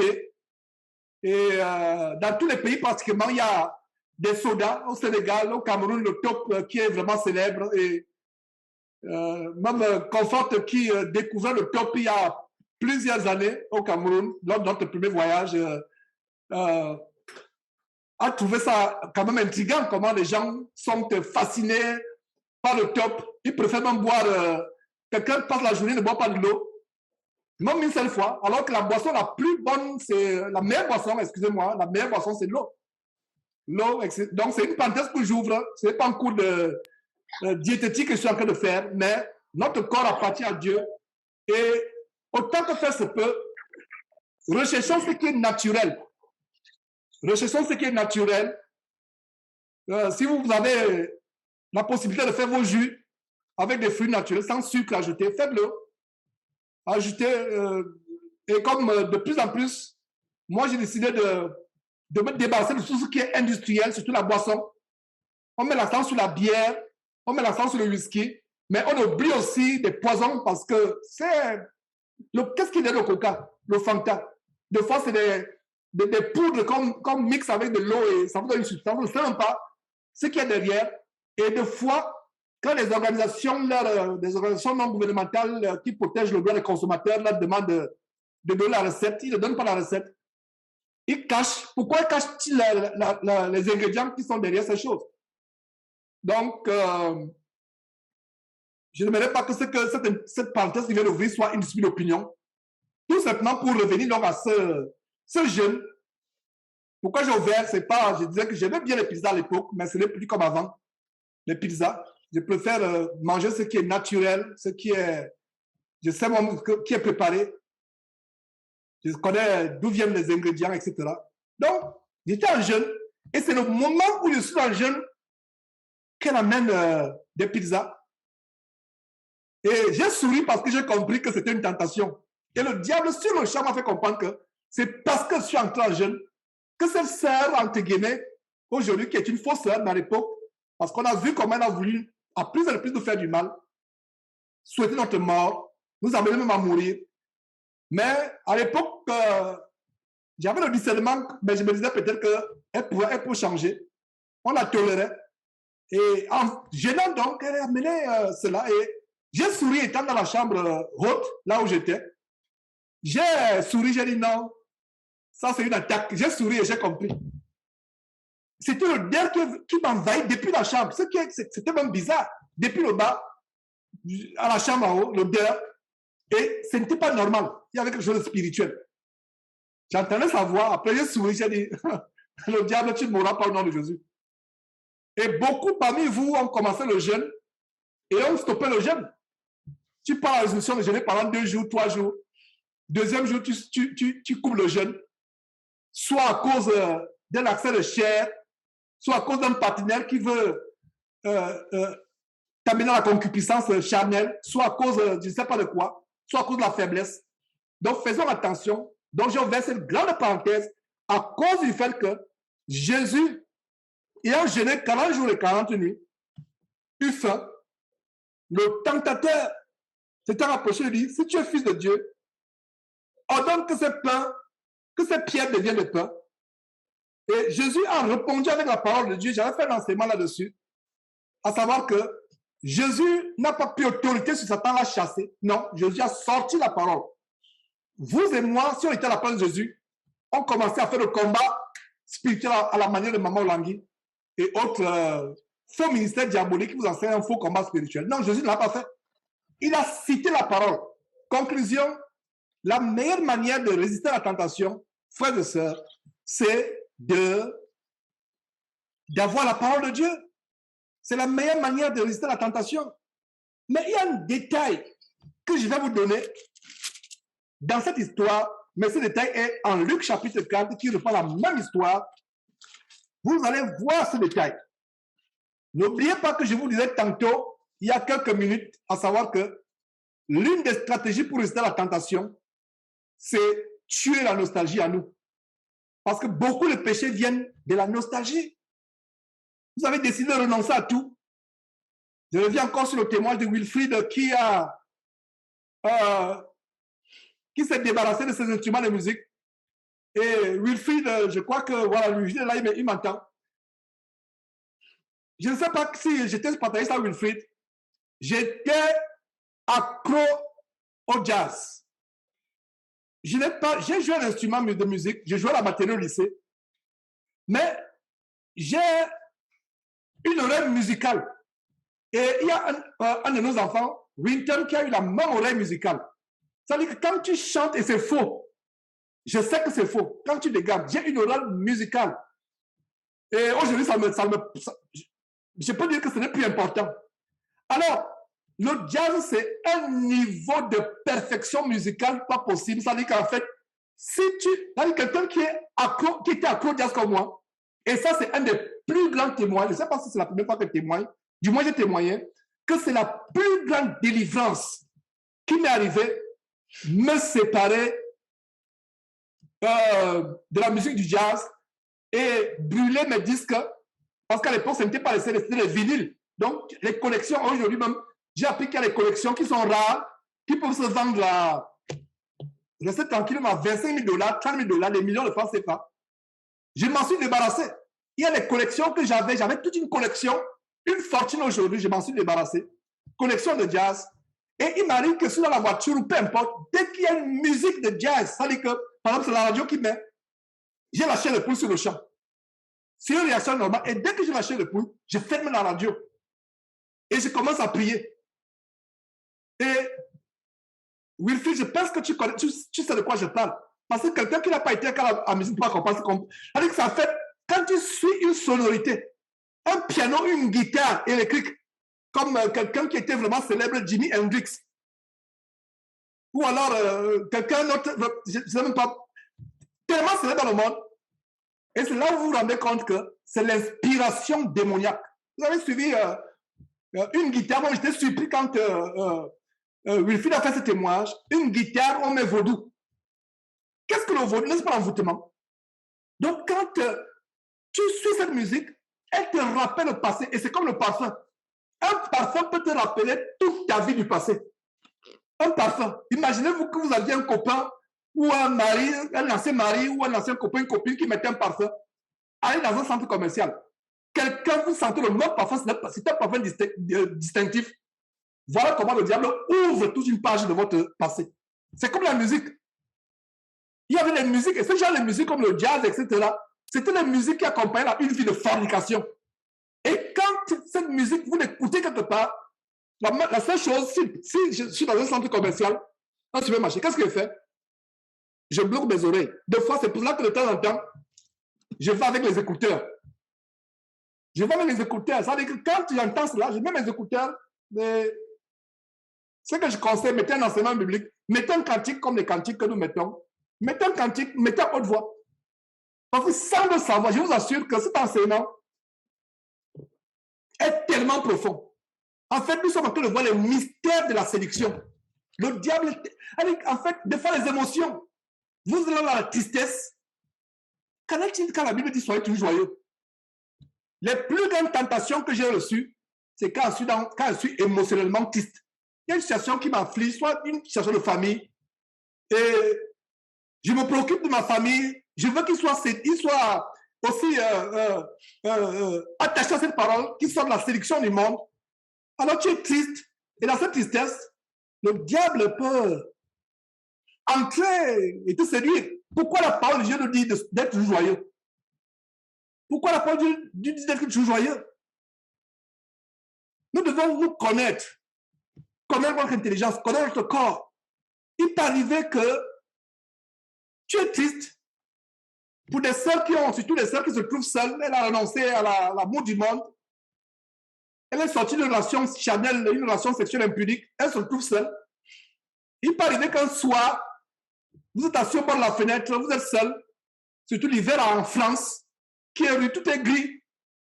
Et vous commencez à penser subitement à ces nuits de chaleur où vous étiez avec votre bien-aimé à l'époque. Et voilà, la porte est ouverte. Donc, il faut vous connaître, bloquer. Et ça commence par l'intelligence. Quand tu vois qu'il y a une émotion, tu es triste, chante les cantiques. Cette histoire de tentation que nous sommes en train de partager aujourd'hui, je ne pense pas qu'on puisse même effleurer le 1 millième. Parce que je suis en train d'effleurer quelques aspects, donner quelques bribes. C'est un mystère, le mystère de la tentation. C'est un grand mystère. Et vous vous retrouvez en train de faire le péché même sans vous en rendre compte. Vous vous retrouvez, mais qu'est-ce que je suis en train de faire? Mais il est tard. Soit la parole est sortie de votre bouche, soit la pensée est sortie. Donc faisons attention. En fait, le but, c'est quoi, comme je suis en train de terminer cet enseignement? C'est de veiller sur notre intelligence, de veiller sur nos émotions, de veiller sur nos sentiments, de veiller, d'être attention, de faire attention. Dès que tu es triste, chante les cantiques. Dès que tu sens une faiblesse, commence à prier Dieu, commence à lire la parole de Dieu. Dès que tu sens quelque chose qui ne va pas, aujourd'hui nous avons la Bible audio, même la Bible audio, mets-la à haute voix, mets la Bible audio, mets les psaumes, mets l'évangile, mets les épîtres à haute voix, tu commences à suivre. Mets la musique. Tu te sens seul, surtout la solitude. La solitude, c'est une des portes ouvertes. J'ai connu la solitude. Aujourd'hui, par la grâce de Dieu, selon le dessein de Dieu, parce que le dessein de Dieu peut être différent dans ta vie, différent de ta vie, différent de ma vie. À un moment, j'ai connu la solitude. J'étais seul. J'avais tout l'argent du monde. J'avais tout ce que je voulais. Mais à un moment, j'étais seul. Et pour combler cette solitude, mauvaise compagnie, aller dans les boîtes de nuit, mauvaise compagnie, mais quand tu rentres le soir, tu es seul. J'ai connu cette solitude. Mais aujourd'hui, la bonne nouvelle, c'est que, ma soeur, tu n'es pas seule. Tu penses que tu es seul physiquement, mais les anges sont là t'entourent. Les anges sont là t'entourent. Donc, le diable passera par toutes sortes de situations, la solitude, la nostalgie, même le temps qu'il fait dehors. La grisaille, il y a une sœur qui à l'époque, elle était en France, elle est toujours en France, qui disait que l'hiver, c'est des moments insupportables. Vous êtes seul, la grisaille dehors, tout est gris. En Europe, tout est gris. Vous vous retrouvez seul. Vous avez la nostalgie de vos parents en Afrique, qui sont restés en Afrique. Vous vous retrouvez seul dans cette chambre. Vous avez la nostalgie. Et ça commence par la nostalgie de la famille. Et vous ne savez pas quand est-ce que la nostalgie de la famille a cédé le pas à la nostalgie d'un ex avec qui vous faisiez la communication. Rapidement. C'est pour ça que contrôlons nos pensées. Ça veut dire que 24 sur 24 heures, pensons la parole de Dieu. Voilà une grande stratégie pour vaincre le péché. Voilà une grande stratégie pour vaincre le péché, la tentation. Vivons la parole de Dieu. 24 heures sur 24 heures. Alors, Luc chapitre 4, terminons par là. J'espère que ces conseils vont vous aider. Beaucoup de choses ont été dites. Si vous pouvez tout retenir, Dieu soit loué, mais retenez ce qui peut vous amener vraiment à sortir du péché. Par la grâce de Dieu, je multiplie ces exemples afin que chacun se reconnaisse dans sa situation. Est-ce la nostalgie de ma vie passée qui m'amène à pécher? Est-ce la nostalgie de l'argent que j'avais? Imaginez-vous, par le passé, vous vous offriez n'importe quel restaurant, n'importe quelle chaussure, mais aujourd'hui, à cause de votre intégrité, vous avez des problèmes à gérer le fin de mois. Le diable peut vous tenter pour dire que, mais regarde, tu es dans la fausseté, regarde tout ce que tu avais. Tu faisais le faux, le mensonge, regarde tout ce que tu as fait. Pourquoi ne pas repartir l'affaire? Il va t'amener, il va te convaincre. Il va dire non, c'est pas mauvais, mais les autres questions le font. Tu peux aussi le faire. Il va commencer à te convaincre que non, pourquoi? Regarde, ta femme est partie, tu as décidé de rester chaste. Mais qui t'a dit que c'est le marié, c'est une mauvaise chose? Va encore bien vérifier le verset là. Va encore bien vérifier. Quand le diable commence à dire, il va vérifier, parce que ça se passe dans la pensée. Et la chair est faible. Et c'est pour ça que nous n'avons pas un souverain sacrificateur qui ne compatisse pas à nos faiblesses. Hein? Regarde, tu avais de l'argent, tu avais tout ce que tu voulais. Regarde. Tu étais puissant. Mais aujourd'hui, le bail doit venir toutes les fois, ne m'en frappe pas ta porte. Il doit venir t'humilier. Mais fais cela, tu n'as pas besoin, tu pourras même payer le loyer là pendant 2 ans ou 3 ans. Et même acheter ta maison, regarde ta vie, regarde ce que ta vie est devenue. Est-ce que vous voyez le combat avec le péché des frères et sœurs? C'est le combat. Le Seigneur Jésus est passé par là. La Bible dit que s'il fallait dire tout ce que le Seigneur Jésus-Christ a fait, c'est à quoi il a été confronté, cette Bible serait, je ne sais pas, un gratte-ciel. La Bible aurait la taille d'un gratte-ciel. Mais on donne l'essentiel. Et justement, dans Luc chapitre 4, il y a un détail, mes frères et sœurs, par rapport à la tentation de Jésus-Christ. Le détail, c'est quoi?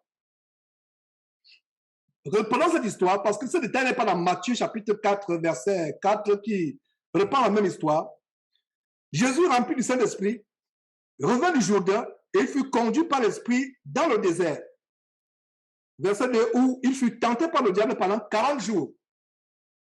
Tenté pendant 40 jours. Mes frères et sœurs, bien de fois, on est tenté pendant 1 jour, on commence à se plaindre. Oh Seigneur, je ne peux plus supporter. C'est fort. Il fut tenté pendant 40 jours. Voilà la tentation. Il fut tenté pendant combien de jours? 40 jours. Mais Matthieu chapitre 4 nous a pas dit qu'il fut tenté pendant 40 jours, n'est-ce pas? C'est pour ça que la Bible se complète. Quand vous avez plusieurs endroits des évangiles ou de la Bible qui racontent un même récit, lisez tous les contextes parce que chaque contexte apporte une idée additionnelle, une information additionnelle. Parce qu'ici, il a dit que Satan fut tenté pendant 40 jours, mais dans Luc chapitre 4, mais en Matthieu chapitre 4, le détail de la tentation pendant 40 jours n'est pas donné. Alors, il fut tenté pendant 40 jours, il ne mangea rien pendant ces jours-là, et après qu'il fut écoulé, il eut faim. 40 jours de tentation. Quel genre de tentation le Seigneur Jésus a pu avoir pendant ces 40 jours? Parce que le diable faisait tout pour détruire l'œuvre de salut de l'humanité. J'imagine. Dieu n'a pas voulu qu'on sache les détails, mais je vous assure que c'était une tentation dans tous les détails comme vous et moi. Tous les détails de la vie d'un homme. Sur le plan libidinal, sexuel, alimentaire, les plaisirs des yeux. Il fut tenté en toutes choses, dit la Bible. Donc voilà le détail qu'il fut tenté 40 jours. Et ce n'est pas la seule fois où il fut tenté. Mais ici, nous avons 40 jours de manière consécutive. Pam, pam, pam, pam. 40 jours. 40 jours. Il attaque. Son intelligence est attaquée. Même la veille de sa crucifixion, qu'est-ce qu'il dit? Veillez et priez pour que vous ne tombez pas dans la tentation. Veillez et priez. Et qu'est-ce qui s'est passé? On voit Pierre qui tombe dans la tentation. Pourtant, il a dit, Seigneur, je ne te renierai jamais. Le Seigneur lui a dit, Pierre, tu ne sais pas de quoi tu parles, tu vas me renier. Avant que le coq ne chante 3 fois, tu vas me renier. Avant que le coq ne chante, tu vas me renier 3 fois. Voilà. La tentation. Alors, Il lui fait. Et verset 3, le diable lui dit, si tu es fils de Dieu, ordonne à cette pierre qu'elle devienne du pain. Et Jésus réplique avec la parole de Dieu. C'est ce que nous devons faire. Nous devons répliquer avec la parole de Dieu. Jésus lui répondit, il est écrit, l'homme ne vivra pas de pain seulement. Le diable l'ayant élevé, nous sommes au verset 5, le diable l'ayant élevé, lui montra, il y a un micro qui est ouvert, voilà, merci. Le diable l'ayant élevé, nous sommes en Luc chapitre 4, verset 5, le diable l'ayant élevé, lui montra en un instant tout le long de la terre. Voilà là où je voulais nous amener. Lui montra. Ça peut être visuel, ça peut être dans la pensée. Il nous montre. Il te montre les choses de la terre. La gloire de ce royaume. Car elle m'a été donnée et je donne à qui je veux. Je vais enseigner en profondeur sur ce passage. Mais pour les raisons de temps, je me limite à vous montrer ce détail, à savoir que le diable lui montra. Donc quand tu te mets à te rappeler ton passé, bien de fois tu penses que c'est par hasard, ce n'est pas par hasard. C'est un combat qui commence à te montrer ton passé. Comment tu as été? Tout allait bien. Tu avais plus de paix, mais une paix illusoire. La souffrance en Christ, le manque de moyens financiers, le manque de travail, le manque de mari, le manque d'une femme, le manque d'enfants, tout cela, ça peut faire mal dans la chair, mais ça procure une joie que le monde ne peut pas expérimenter. Et quand le diable vient tenter, qu'est-ce qu'il va faire? Il va commencer à montrer ta vie. Il montre ta vie et il te montre aussi les choses du monde. Regarde comment ta vie est devenue. Regarde ce que tes collègues sont devenus.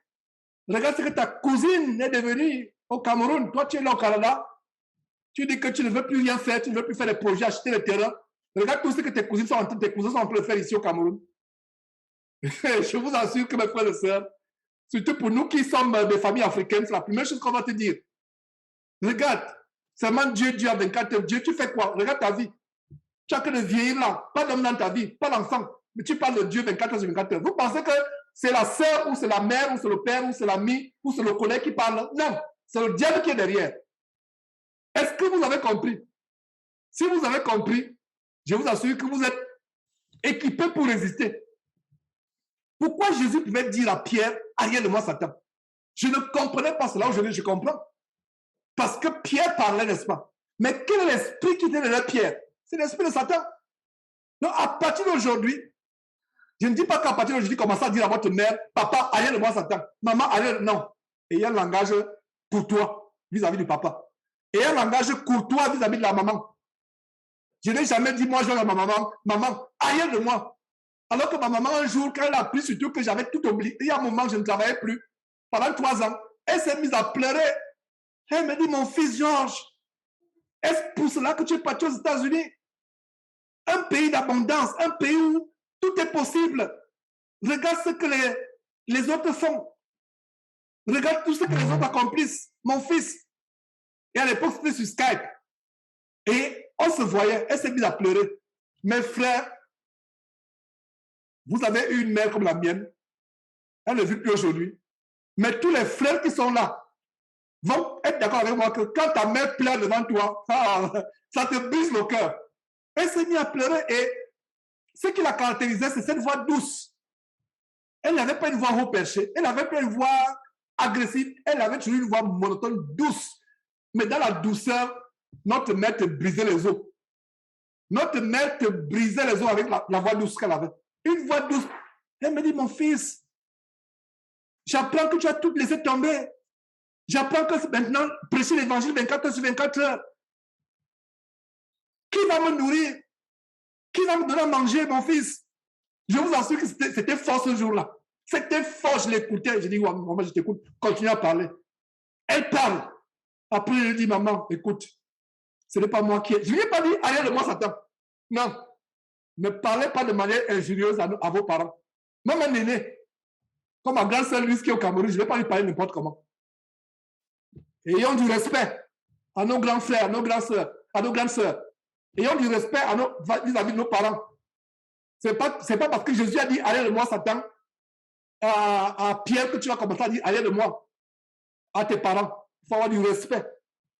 Mais ce jour-là, j'ai compris que c'est ma mère qui, ça veut dire que c'est ma mère qui parlait, mais c'est Satan. Parce que je sentais comment ça me brisait le cœur. Une maman qui pleure. Et tu sais comment elle s'est sacrifiée pour toi. Tu sais comment elle s'est sacrifiée pour toi. Elle te brise le cœur. Elle dit, mon fils qui va m'enterrer, qui va me donner à manger dans mes vieux jours. Donc, c'est ce que tu fais aux États-Unis, prêcher l'évangile. Je l'écoutais. Je n'ai pas dit, arrière de moi, Satan. Même dans le cœur, je ne l'ai pas dit. Je l'écoutais, mais je savais que, non, à ce niveau, c'est fort. Et si le ministère de Jésus-Christ ne venait pas finir ce jour-là, c'est que ça ne va plus finir. Je ne vous ai jamais parlé de ça. De manière, peut-être je vous ai dit ça en passant, mais aujourd'hui, je vous dis que si le ministère de Jésus-Christ devait finir ce jour-là, c'est ce jour-là que ça devait finir. J'étais affligé.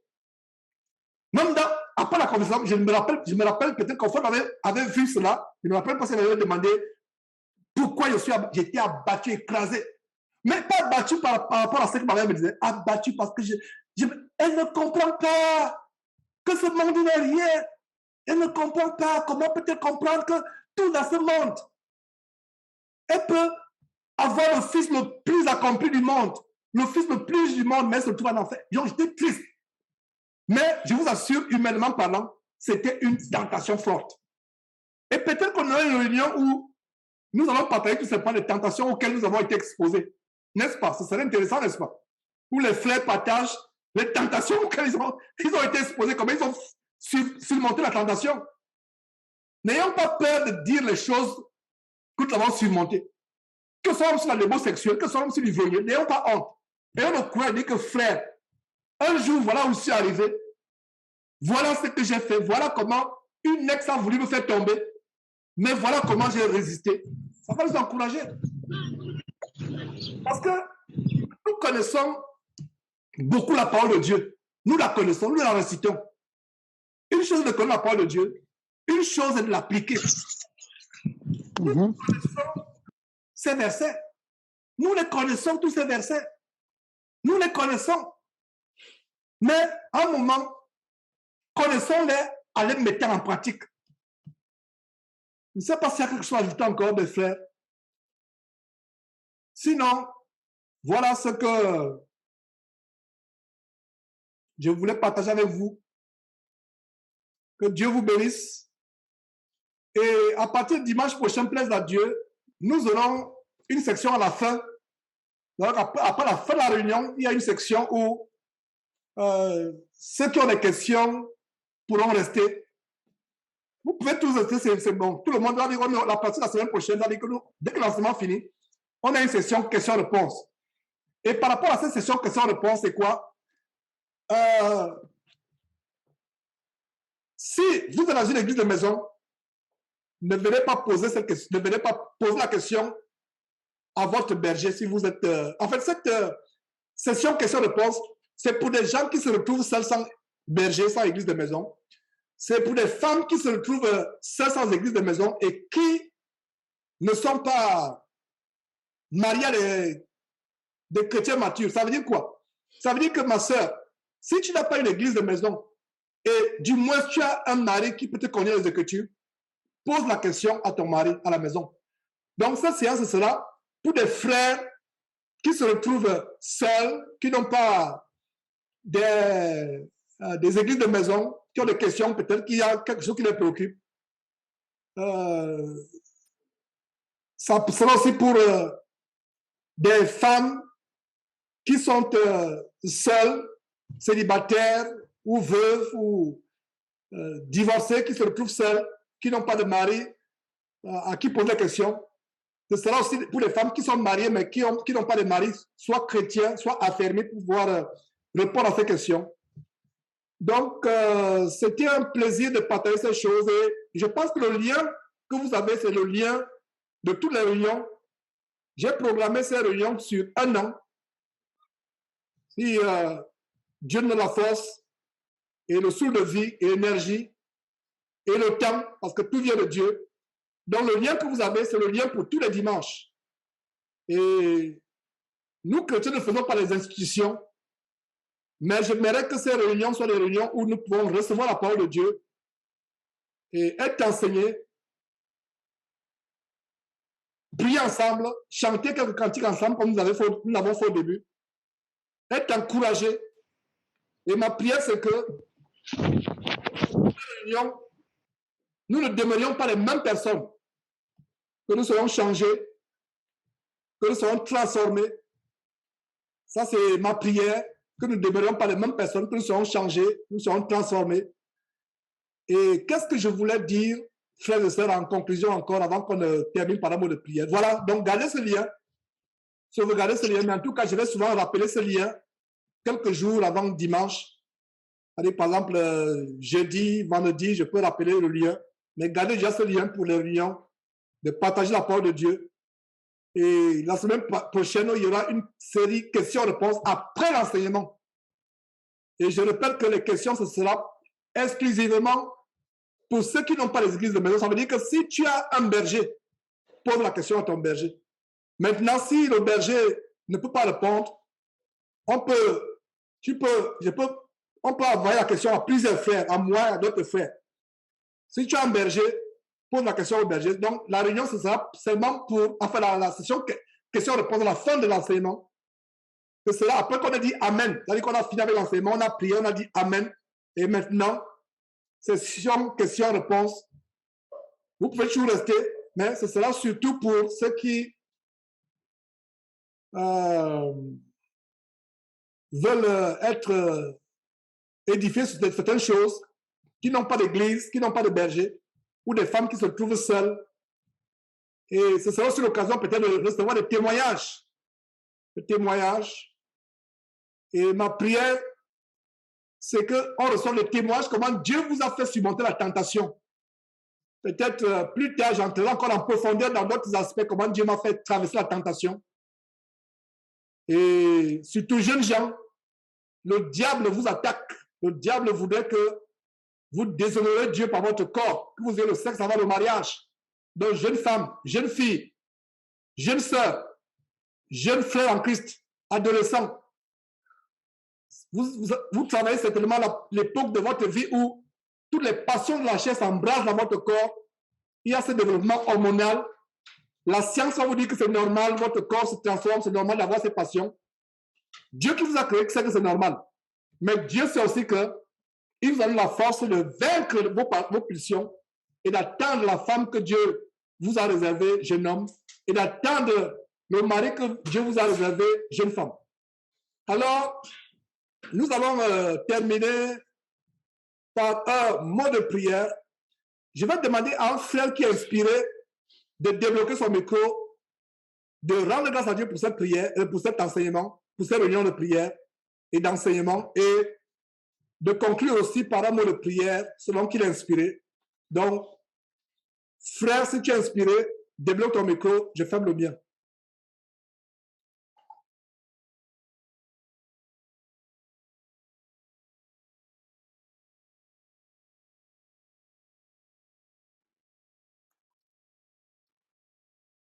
Amen, amen, gloire à Dieu. Et rendons grâce à Dieu pour ce moment d'édification et que Dieu continue de nous remplir. Donc, afin que nous continuions la marche chrétienne jusqu'à la fin. Prions. Éternel Dieu, nous te bénissons, nous te rendons grâce, Seigneur, pour cette grande nourriture que tu nous as donnée aujourd'hui. Cette nourriture qui a non seulement contribué à nous briser, mais aussi également cette nourriture qui nous remplit, afin que nous soyons toujours prêts, nous soyons toujours remplis de ton esprit, tel que tu nous le recommandes dans ta parole. Merci encore, Seigneur, pour le bien que cela fera dans notre marche spirituelle avec toi. Donne-nous encore une fois de plus, Seigneur, de mettre ces choses en pratique afin de ne pas être les auditeurs oublieux. Merci, Seigneur, pour le temps, pour la disponibilité de chacun de nous et donne-nous encore, Seigneur Dieu, de continuer de baigner dans ces choses. Car, Seigneur, si nous sommes encore sur cette terre, c'est pour accomplir une mission. Nous avons tous un devoir accompli afin, Seigneur, de pouvoir rendre compte à la fin. Sois béni, sois glorifié pour toutes choses, Père éternel, et surtout, c'est dans le nom puissant de notre Seigneur et Sauveur Jésus-Christ que nous t'avons ainsi prié. Amen. Amen. Amen. Amen. Donc, frère, plaise à Dieu. Amen, amen, amen. Amen.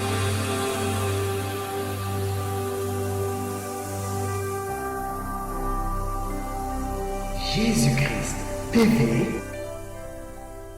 vous connaîtrez la vérité et la vérité vous affranchira.